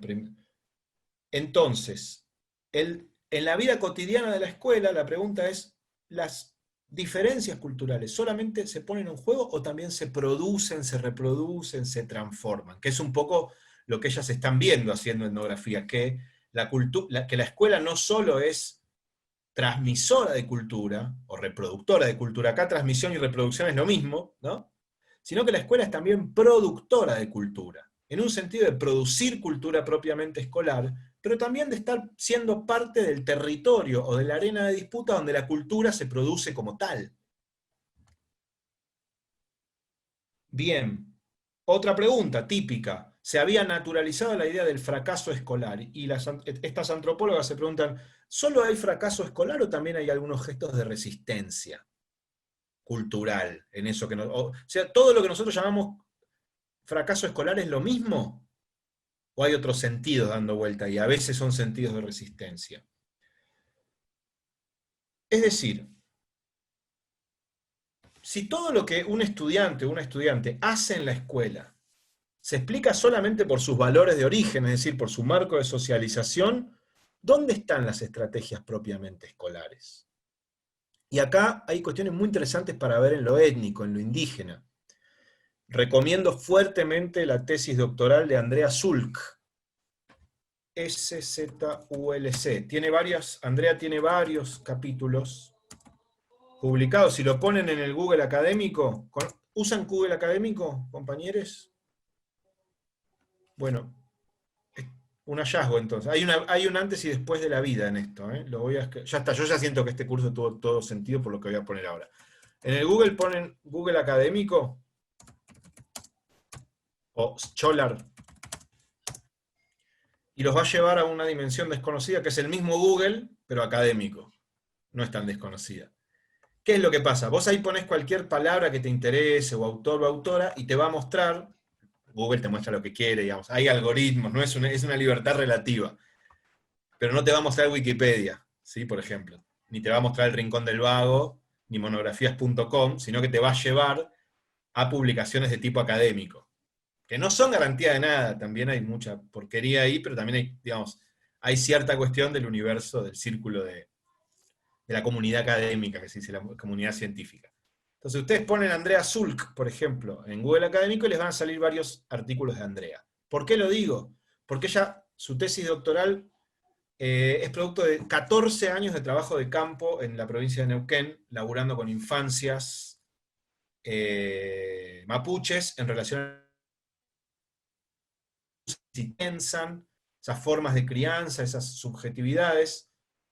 Y si bien es una tesis más antropológica que educativa, es riquísima, subrayo, porque pone en juego esta pregunta, ¿no? Si todo se explica por los valores de origen, o hay estrategias que ocurren propiamente en la arena de la escuela. Y ella muestra cosas maravillosas, de discusiones de cómo determinados y determinadas pibas ponen en juego lo étnico mapuche en función de estrategias que son para la escuela. Y en esto está buenísimo, porque es lo que hacemos todos. No sé, chapear con lo mapuche en un momento de conflictividad y donde lo mapuche está puesto para lograr algo en una prueba, o para hablar y levantar la voz, o para decir, bueno, está muy, muy interesante para pensar. La tesis es re larga, es una tesis doctoral excelente, un poco agotadora, pero si ustedes ponen en el académico el nombre de Andrea Zulk, después ahí salen varios artículos que ella publicó antes de la tesis que están más desagregados por distintos temas. Hiper recomendable para pensar etnografía de la escuela, y está hecho acá en casa. Bueno, entonces, la etnografía de la escuela finalmente lo que va a hacer es cuestionar lo que podríamos llamar el determinismo, diría yo, de la socialización. Y pensar que la escuela, por ejemplo, en el caso nuestro, es una arena de disputa y de dinámica cultural propia, ligada a las otras arenas sociales, pero con una dinámica propia. Es decir, que en la escuela hay cosas para hacer y pensar, y que de hecho ocurren. Negociaciones, tensiones, apropiaciones, como dice Rockwell y ahí decían ustedes. Es la etnografía de la escuela entonces la que hace esa primer ruptura, o sí, con el concepto de cultura tan cerradito. Y acá lo que tenemos es el último pedacito de mi pobre, muy pobre PowerPoint del día de la fecha, que lo vamos a volver a poner, o ya lo perdí, se autocensuró el PowerPoint. Ahí está. Es la reformulación del concepto de cultura. Y aparece una nueva idea, que es la de cultura plural, o culturas plurales, que vamos a ver en Gertz. Voy a explicar lo que para mí es la parte más difícil, que necesito especialmente acompañamiento colectivo acá para que vayamos juntos. ¿Por qué? Porque si esto no lo terminamos de descifrar colectivamente, es como que agarramos, como una vez que yo quería ir a Villa Traful y seguí para la Angostura, cuando había llegado hace poco. O sea, te empezás a ir y realmente pensás que estás en Traful, pero estás en la Angostura, viniendo de acá. Es decir, necesito que todas doblemos para el ripio, y todos doblemos para el ripio de Traful, porque parece muy sutil esta diferencia, pero es muy importante, que es la idea de cultura plural. Nosotros tenemos pensada la idea de cultura plural, o de pluralidad de culturas. A ver, vamos a poner ahí el chat. Ahora, antes había unos comentarios, esperen. Para un trabajo de investigación, dice Lina, entrevisté a chicas de escuelas técnicas, relataban las resistencias que desarrollaban para sobrevivir, en sus palabras, en una escuela de varones. Claro. Machona, vas a la escuela técnica. Por otro lado, ¿no? Esa abrumadora mayoría de varones, llenos de tornos y cosas tan masculinas, con las chicas ahí. Andrés dice, es verdad lo de los pibes que te revolean con su capital cultural. Me pasó acá en el norte cuando vine de Buenos Aires. Genios. Qué marcada de cancha, ¿no?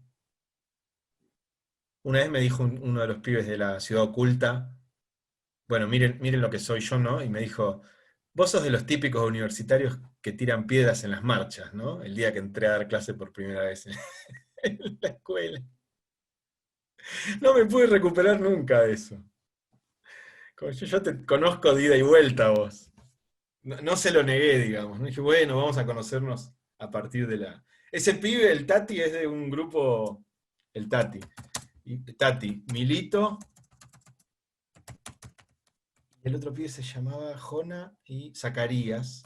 ahí los escribo, son Clan Oculto, una banda de hip hop de la Ciudad Oculta. Clan Oculto, perdón. Búsquenlo, está bueno. O sea, Tati me dijo, vos sos de los universitarios que tiran piedras en las marchas. Antes que yo empiece a explicar de qué venía la materia. Hace como 20 años, 15, 20 años. Revoleando Capital Andrés ahí arriba. Yo te saco la ficha, vos sé quién sos, antes de que pises el aula y te vamos a enseñar acá. Bien, vamos al tema de los desvíos a la angostura y a Traful. Nosotros estamos muy habituados a la idea de diversidad cultural o de pluralidad cultural ligada al multiculturalismo. El multiculturalismo sigue manteniendo esta idea de la cultura como una entidad cerrada, solamente que asume que en una misma sociedad coexisten distintas culturas. Esta es bien la idea típica de multiculturalismo o pluriculturalidad, que es la que es dominante en nuestro sistema, por lo menos en la letra de nuestro sistema educativo, que se llama intercultural, pero más su concepción está ligado a esta idea. Todo con minúscula, no importa, porque si no... Eric Wolf, que es un antropólogo que escribió uno de los principales libros de historia y antropología, que se llama Europa y la gente sin historia, otra ironía. Todos nosotros seríamos la gente sin historia, ¿no? O sea, solo Europa tiene historia, nosotros tenemos mitos, pasados oscuros o ese tipo de cosas. Entonces, Europa y la gente sin historia, Wolf desarrolló una idea, no más en la introducción, muy linda, que dice: la teoría social suele ver a las culturas, a los pueblos, como si fueran bolas de billar, dice. Para nosotros serían bolas de pool. Nosotros no jugamos mucho al billar. Yo tampoco juego al pool, pero no importa. La bola de pool, ¿no?, es algo macizo, sólido, que cuando vos tirás la bola blanca, todos se golpean y salen unas disparadas para cualquier lado, y esa sería la dinámica del conflicto cultural, o de la alianza cultural. Digo, si las pelotas quedan cerca, alianza. Si rebotan y se van para otro lado, conflicto. Lo que sea. Pero la idea que subyace a la noción de la pluriculturalidad es la idea de que las culturas son entidades cerradas sobre sí mismas, como si fueran esas pelotas de pool. Y eso, si nosotros pensamos a Geertz desde ahí, nos vamos a la angostura, y queremos ir a Traful. Es decir, la noción, en términos literarios de Rockwell, la noción de grupos culturales que están como yuxtapuestos, o sea, uno encima del otro, pero no interconectados, interpenetrados, sino yuxtapuestos, como las pelotas de pool, las bolas de billar de Wolf. La noción de grupos culturales yuxtapuestos, pero bien delimitados unos de otros, dentro de una sociedad global, sería la definición clásica del multiculturalismo. Va de nuevo, está literal del texto igual, ¿no? Acá lo entrecomillo. Hay grupos culturales que están bien delimitados unos de los otros. Acá podríamos decir los mapuches, los NIC, los que vinimos de Buenos Aires, los migrantes paraguayos que llegaron hace poco. Esa idea de que son entidades que tienen una frontera, una delimitación muy marcada, pero que evidentemente a nadie que tenga buenas intenciones se le puede escapar que están cruzados unos con los otros. Pero lo que nos va a decir Rockwell es que estarían yuxtapuestos, es decir, no se interpenetran, sino que están pegados unos a los otros. Bueno, ese modelo, que es el modelo multicultural, ese modelo no va a captar, dice Rockwell, la complejidad sociocultural existente. Realmente existente. ¿Por qué? Acá les recomiendo dos cosas que los trabajamos con Marce Salgado, que está acá en el Zoom, en la cátedra de interculturalidad. Laura Gutiérrez o sufrido o padecido en la cursada. Capaz que muchos conocen a este músico mapuchileno, El Portavoz. Bueno, ahí les dejo otra recomendación. Vean los videos del Portavoz, en particular uno que se llama, ¿cómo se llama, Marce? Huitrapaín, ¿no? ¿Era? Huitrapaín, ponele que se escriba así, perdón, no sé de mucho de Mapuzungún, escribir menos. Bueno, El Portavoz con otro chico que se llama Gonzalo Luanco, rapean hip hop en Mapuzungún y se cruzan por una feria donde hay vendedores senegaleses y putean a la escuela y dicen fuck the winca, y te pone una mezcolanza que decís, Y después todo eso que termina, es una cosa, un paisaje urbano, hay niños, hay novias, novios, están ellos rapeando entre vendedores senegaleses que no tienen ilegales, entre comillas, putean en inglés a los wincas, entonces le dicen fuck the winca, y muestran toda la cuestión, una crítica a la escuela fuerte, ¿no? Y después de eso, que son como 3 minutos y medio, termina con una machi cantando con su cultrum en la inmensidad de un paisaje típicamente patagónico. Y ahí vos lo que tenés es un grado que es mucho más que yuxtaposición, porque desde una mirada esencialista, ese chico no es mapuche, porque si sabe hablar en inglés, viste zapatillas Nike, tiene DirecTV, fue a grabar a un estudio en Nueva York, no es mapuche. Porque para ser mapuche hay que estar en el campo, tejer a telar, hablar mapuzungún. Esa idea que llamaríamos esencialización de la cultura. A ninguna otra cultura más allá de los pueblos originarios se les exige la credencial de autenticidad como a los pueblos originarios, ¿no? Sería tan ridículo como decirles, si vos sos docente, entonces mostrame tu guardapolvo, tu pizarrón, tu escuadra, tu libro de temas, no sé, toda una serie de marcas que demostrarían que vos sos efectivamente docente. Es decir, esencialmente docente. Esa idea es la que subyace a la noción de más cultura multicultural.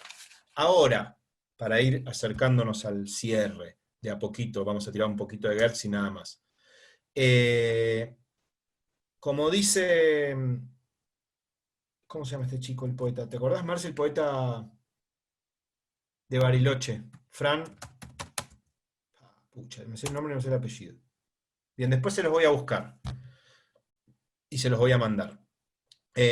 Fran es un poeta mapuche que está en Bariloche, en Furiloche, y tiene unos poemas muy lindos, en uno de los cuales dice, tengo Facebook y Cultrum, mi perro hace el muertito y sabe arriar ovejas, tomo la Gwen y a veces tomo ibuprofeno. Y eso que es muy provocativo, a propósito, desde ese lugar, nos da cuenta más de la idea de pluralidad cultural. Que si ustedes lo piensan, él lo está diciendo, igual que el portavoz cuando canta con Consuelo del Banco, o Fran cuando escribe, etcétera, etcétera, o los chicos con los que trabaja Andrea Zulca en la tesis, lo están diciendo desde una identidad cultural que reafirman, que es la identidad mapuche, desde la resistencia, pero con una mirada de cultura más complejizada, que es decir, yo tomo ibuprofeno, pero no por eso estoy occidentalizado. Mirá que tengo Facebook, pero es para republicar las cosas de mi love, o si tengo ganas para chatearme con un pibe o una piba que me gusta, no importa. Pero hay algo ahí que desafía esta idea de entidades que se yuxtaponen. Y pasa la cosa de lo que entendemos por una perspectiva más intercultural, en un sentido geertziano. Las concepciones plurales de cultura van a marcar algunas diferencias fundamentales con la idea multicultural. Una, la cultura es siempre un diálogo. No un diálogo en el sentido armónico de dialoguemos para entendernos. Un diálogo entendido como intercambio. Acá la idea de diálogo incluye la idea de conflicto, de resistencia, de impugnación, pero la cultura es siempre un diálogo. Un diálogo intercultural en que las fronteras, no es que no existan las culturas, no es que no exista lo mapuche, no exista lo paraguayo, no exista lo argentino. Existen, pero sus fronteras son más difusas, son más porosas. Y sobre todo, esas culturas, como comúnmente se le dicen, son enfocadas en su historicidad. Esto que parece una pavada no lo es. La cultura tiene historia, y esa historia nunca se detuvo. Está abierta. Y quizás eso, el Francisco Lanfre, gracias, Marce. Fran Lanfre. Ahí Sandra me lo decía por afuera. Gracias, Sandra. No quiso exponer mi ignorancia docente, Sandra. En cambio, Marce me escrachó. Fran Lanfre. Así son las ayudantes de cátedra. Malagradecidas. Te escrachan la ignorancia frente al auditorio. Estoy medio pavote hoy, con esto de que los veo. Porque antes estaba, la semana pasada estaba con mi PowerPoint y me hacía el serio. Hoy ya no. Bien. Entonces, para ir avanzando hacia acá. La idea de que la cultura siempre es un diálogo, incluidos los conflictos, las alianzas, entre distintas culturas, como entidades que tienen una identidad, pero esa identidad tiene fronteras más difusas, más porosas, y por otro lado, tienen historia. La entrada del concepto de historia al concepto de cultura, aunque no parezca, fue rupturista y revolucionario. Y yo creo que desde ese lugar, de la idea de que las culturas tienen historia y que hay que mirar esa dimensión histórica, saben que la historia, en las teorías,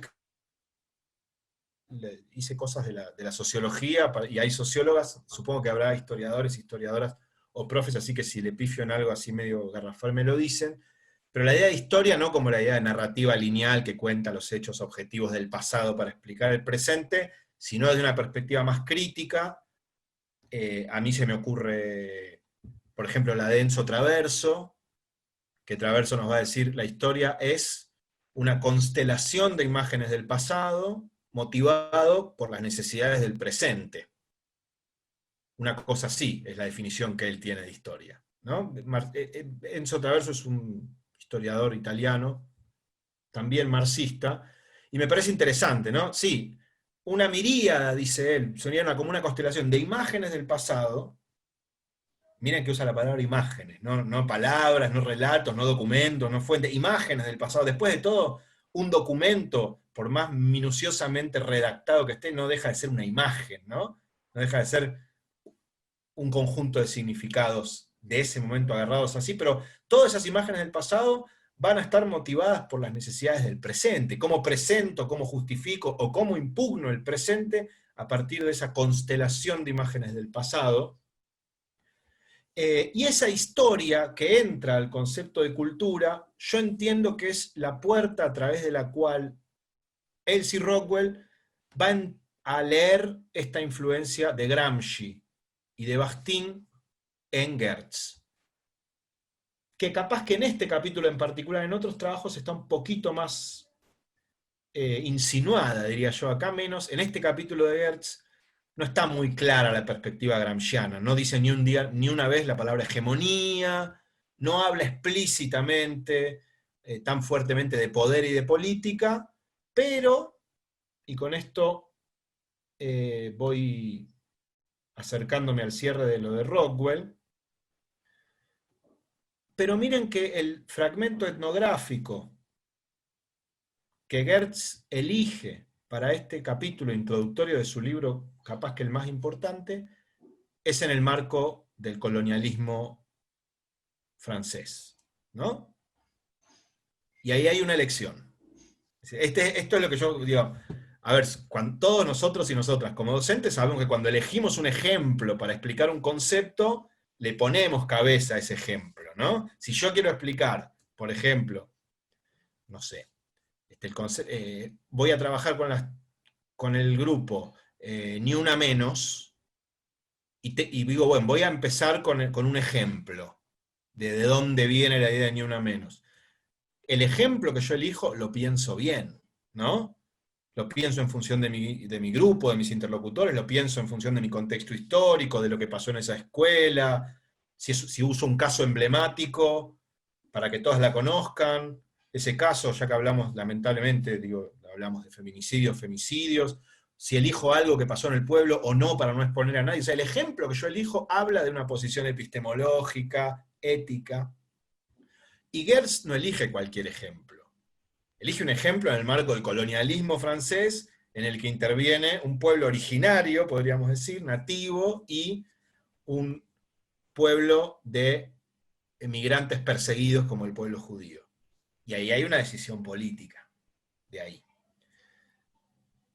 Lo que nos va a plantear Geertz es que si nosotros pensamos la cultura desde una concepción semiótica, o sea, centrados en los sentidos,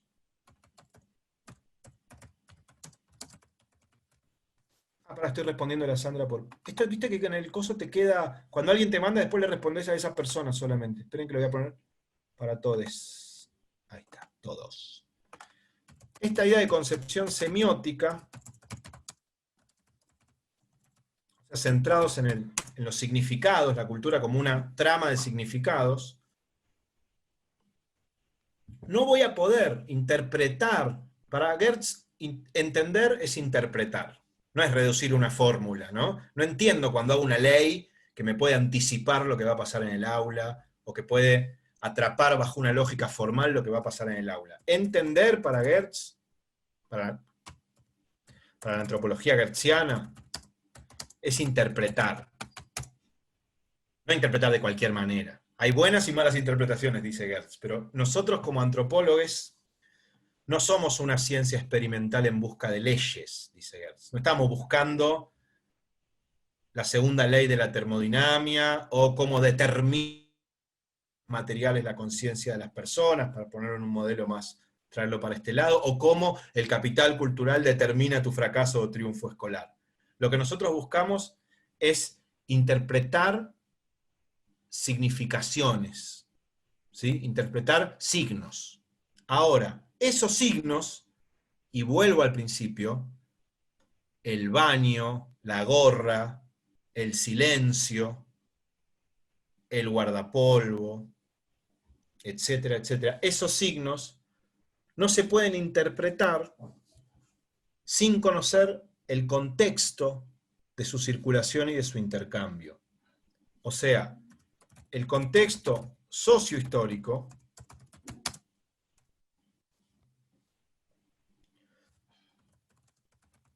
donde ocurren esos intercambios incesantes. Acá yo lo ligo a la idea de poder en Foucault. ¿Vieron? Foucault dice, el poder no será omnipotente, porque hay contrapoder y resistencia, pero el poder es omnipresente, o sea, está en todas las relaciones y es infinito.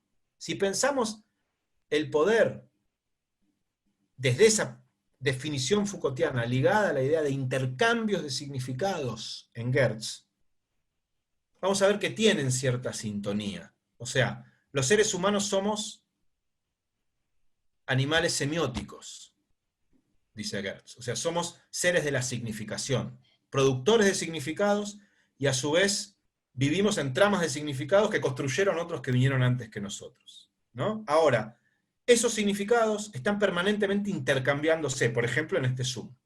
Estas palabras, qué sé yo, puede pasar que alguno o alguna interpretó algo que yo hice como un chiste de otra manera y se acaba de bajar del Zoom. No pasó, pero podría pasar. Y ahí tenemos, digo, un tipo de conflicto, ¿no? Yo quise hacer un chiste y la otra persona se sintió ofendida. Eso tiene que ver, digo, estamos todo el tiempo en juego de intercambios de significados. Bien, donde ocurren esos intercambios de significados es en el contexto sociohistórico. No es un contexto solo sincrónico. O sea, si yo quisiera entender por qué la compañera o el compañero se ofendió y se bajó, probablemente no lo podría entender solo por lo que pasó en este Zoom.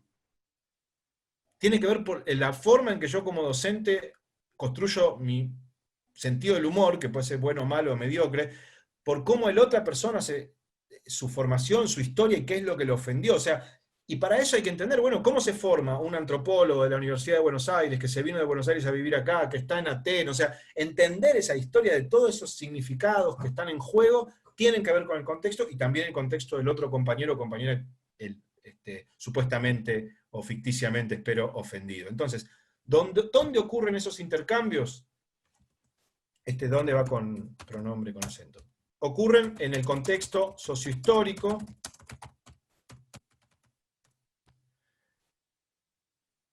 entonces, comprender esos intercambios de significados, es una actividad interpretativa.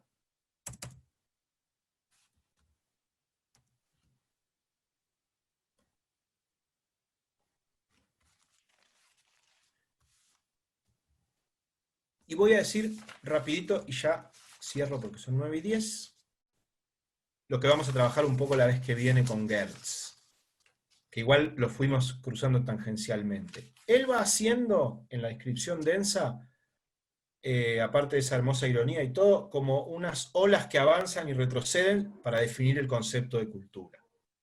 Va a empezar, todo su trabajo tiene como objetivo, así como Inés Dussel dijo, yo quiero desdomesticar a Foucault, Geertz dice, yo quiero discutir con el concepto de cultura típico de la antropología que él pone en Taylor.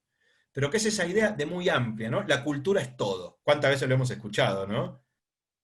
Todo es cultura, ¿no? La forma en que hablo, hasta lo que como, hasta lo que siento, hasta mi inconsciente, hasta la fiesta del puestero, todo es cultura. Entonces, bueno, él quiere discutir con esa idea, decir, un concepto que solamente en la introducción de uno de los libros clásicos de la antropología tiene 11 significados distintos, no es un buen concepto para pensar. Hace falta una idea de cultura un poco más restringida, un poco más especializada, ¿no? Sí, porque sabemos que los conceptos que significan todo, a la vez no nos permiten aprender nada en algún punto. Y él dice, bueno, hace un concepto un poco más restringido, y ese concepto que yo voy a elegir, nos faltaba nombrar en realidad remitir a los conceptos de uno de los tres padres de la criatura sociológica, que es Max Weber, y ahí lo traemos. Geertz se apoya o se abraza al concepto de Weber de la cultura como urdimbre semiótica. Urdimbre sería como un tejido, ¿sí? ¿Por qué es de Weber esa idea?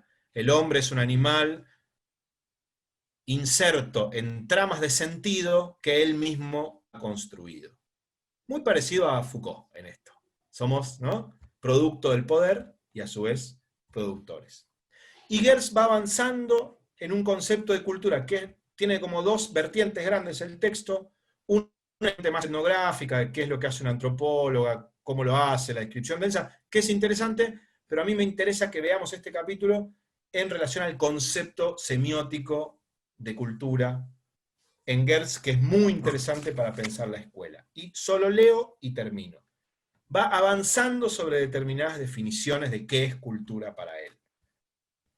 Y son re locas, y ojalá las podamos ir comprendiendo. Para ir comprendiéndolas juntos y juntas, lo que tenemos que hacer es no agarrar para Villa Langostura, sino para Traful. O sea, no tratar de no pensar la cultura como algo acabado. No pensar ni la sociedad, ni mi escuela, ni mi aula, como que hay 4 o 5 u 8 culturas que están ahí y que, bueno, se van juntando unas con las otras. Sino pensarlo desde un concepto más histórico, dinámico, más gramsciano, más cultural, de mezcla en un sentido de que las fronteras son difusas. La cultura es una jerarquía estratificada de estructuras significativas y socialmente establecidas. Tomá, después la vamos a trabajar en profundidad. ¿Con qué se come eso? Bueno, Geertz dice, ¿cómo se desentraña esa estructura? ¿Por qué? Porque esta palabra es maravillosa. Dice, esos signos, esos significados, se nos presentan en la superficie cotidiana como algo enigmático, como algo que no muestra su significación de entrada. Y acá vuelvo, la gorra, el silencio. No tiene una significación desnuda que se nos presenta claramente de entrada. Debe ser desentrañada, debe ser interpretada. Segunda definición, la cultura es activa y pública. Ya que diga la cultura es activa, parece que no, pero es como esos documentos de Google compartidos. Vos podés entrar y poner algo. Después hay que ver si el administrador te lo borra o qué sé yo, pero es compartida y es pública, porque si no, estaría en la mente de las personas, y no está solo en la mente de nosotros, está en lo público, en las relaciones. La cultura es acción simbólica y es a la vez objetiva y subjetiva. La singularidad íntima de la que hablaban, y también el marco institucional, por ejemplo. Lo que importa de la cultura es el sentido. La cultura es lo que da sentido a la acción humana. Es la diferencia que dice, que él toma de Ryle, que es, no es lo mismo una persona que tiene un tic y cierra el ojo todo el tiempo, involuntariamente, que si yo estoy jugando al truco y te hago así, es que tengo el ancho de basto, y si estamos en una peña y te hago así, capaz que te quiero sacar a bailar o algo. el gesto fenomenológico es el mismo, contraer el párpado. Ahora, el significado es muy diferente. Y solo puedo entender la diferencia entre el gesto con un significado y el mero movimiento físico si entiendo el contexto y la cultura. ¿Quieren probarlo? Para quienes hayan viajado a otros países más lejanos, prueben darle un mate a una persona que no conoce lo que es el mate, ¿no? Para nosotros significa, bueno, ahora con el corona cambió su significado, ¿no? Pero tiene que ver con la camaradería, el compartir, el charlar y qué sé yo, y yo me acuerdo que las primeras veces era, le dabas un mate o sacabas un mate y la gente se alejaba como que estaba sacando 3 kilos de éxtasis, no sé. Bueno, el mate es el mismo físicamente, ¿no? Ahora, ¿en qué contexto ocurre? Y la tercera definición y última, dice, la cultura son sistemas de acción de signos interpretables. La cultura es un contexto dentro del cual los fenómenos pueden describirse de manera inteligible. O sea, la cultura es un contexto, acá la rompe toda Gertz. La cultura es un contexto, es como un armazón dentro del cual yo puedo interpretar, hacer inteligible, hacer comprensible, desentrañar esos signos. Yo no sé lo que es una peña, no voy a entender que esto es que estoy tirándole onda a alguien. Si yo no sé lo que es el truco, lo que es el juego, lo que está pasando ahí, no voy a entender que esto es el ancho de basto. Si yo no sé que existen algo que se llama los TICs, y que yo sé que, no los TICs, ahora los TICs significan tecnologías de la investigación y la comunicación, pero antes los TICs eran movimientos involuntarios. En esta época todo se resignificó, pero si yo no sé que las personas pueden tener un tic, o no sé que hay alguien que tiene un tic, no voy a entender que ese movimiento es involuntario, que no me está queriendo decir nada, simplemente que no puede dejar de hacerlo. Entonces la cultura es ese contexto que me permite a mí desentrañar e interpretar, hacer inteligible un signo. Que ese signo va a estar siempre integrado en un sistema, y ese sistema va a ser otra genialidad de Gertz, es el sistema, que es la cultura, es un sistema de signos, y lo dice así, creo que es literal. Lo suficientemente coherente. Es decir, no del todo coherente, pero con algo de coherencia como para que podamos hablar de un sistema.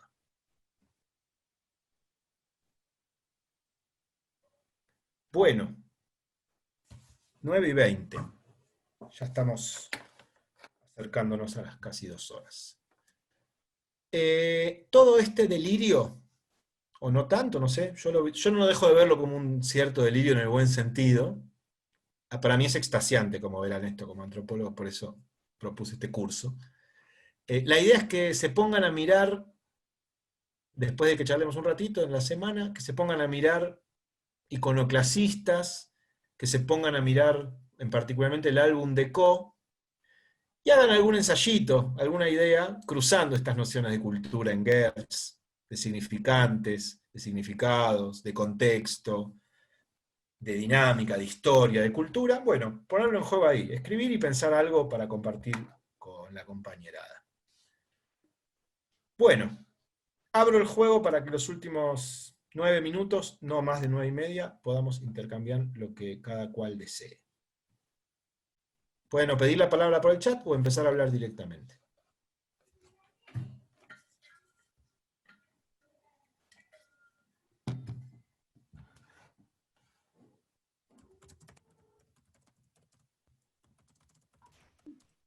Hola, buenas noches. Hola, Lina. Hola, tengo la cámara apagada porque tengo un lío en mi casa, espero que mis hijos no se pongan a gritar. Dale, no pasa nada. No, yo me quedé pensando en esto, ¿no? En la invitación para mí que me hacen este encuentro de hoy es discutir con los esencialismos, ¿no?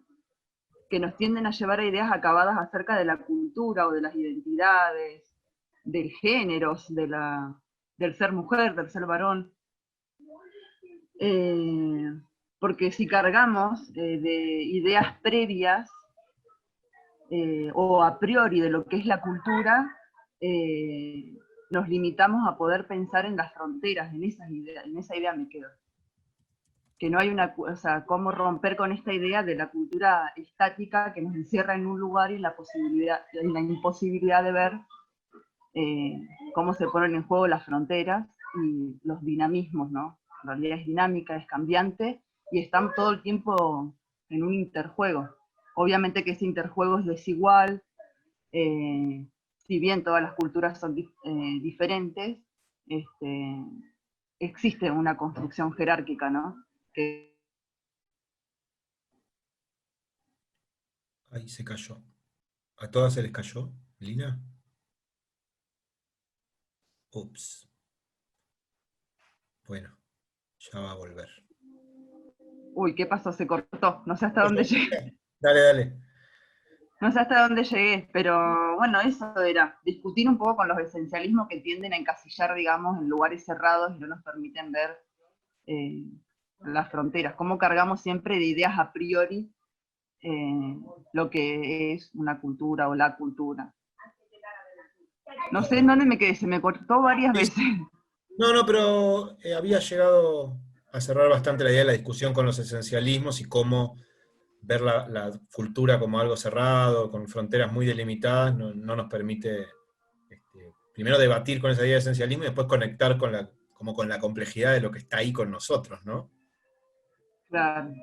Yo todo el tiempo pienso en este debate con el esencialismo, que también podría ser un debate con la preterización, ¿no? La idea de que hay determinadas culturas que han quedado ancladas en el pueblo originario, con la idea de lo indígena, y otras formas del esencialismo, por ejemplo, en relación a los géneros, ¿no? Pensarlo en general y pensarlo en particularmente en ese, digamos, si pensamos la escuela como un territorio donde la cultura se produce y se reproduce, es una invitación a mirar, por ejemplo, cuál es ese contexto que llamamos escuela, donde los significados circulan, se intercambian, se negocian, cómo se intercambian.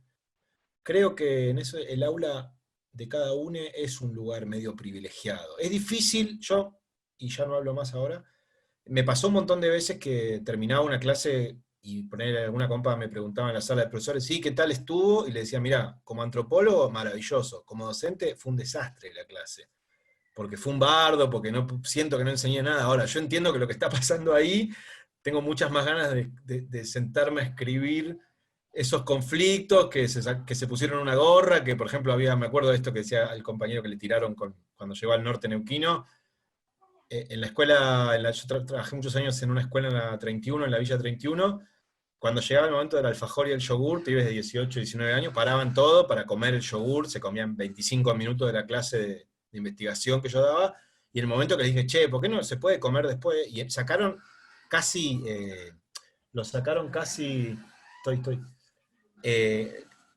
de manera prácticamente grotesca sobre ellos mismos, empezaron, profe, que somos villeros, tenemos hambre, se me cagaban de risa.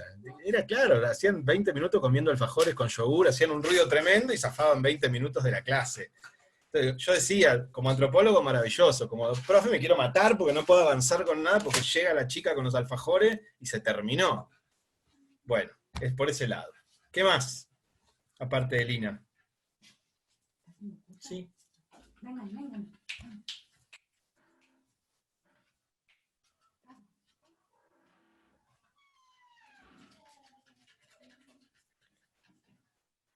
Carlos Brizuela, con su mate. La cultura, a mi parecer, es una adaptación, hablando en el ámbito educativo. ¿Una adaptación a qué?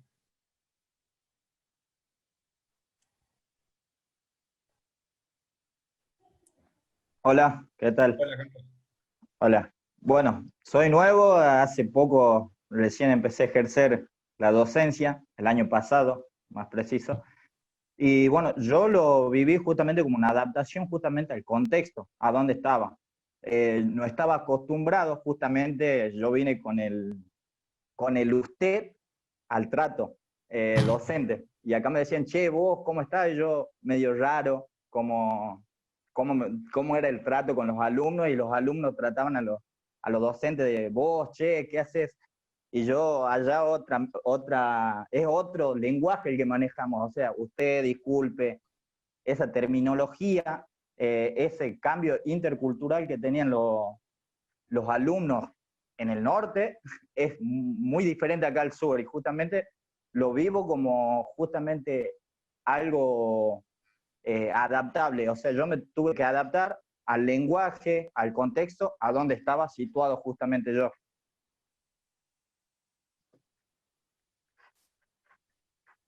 Interesantísimo. Una idea bastante compleja de adaptación, me gusta, ¿no? Porque es la adaptación no en el sentido de agacho la cabeza ahí, sino leo el contexto y entiendo que nadie me Sí, está faltando el respeto y que si hablo de usted, yo quedo un poco fuera de juego. Entonces, a veces esa adaptación tiene que ver también con buscar un código que sea inteligible o comprensible para el otro, ¿no? Bueno, gente, ¿alguien quiere cerrar con algo? ¿O nos vamos a comer? Vamos a comer. A Sandra le leí los labios. Bueno, que tengan linda semana. Lean los 2 textos, si no los han leído. Disfruten de hacer el trabajo o intenten disfrutarlo. Y nos escribimos por el foro para lo que necesiten. Y les deseo que estén muy bien. Gracias por esta clase. Chao, hasta luego. Gracias.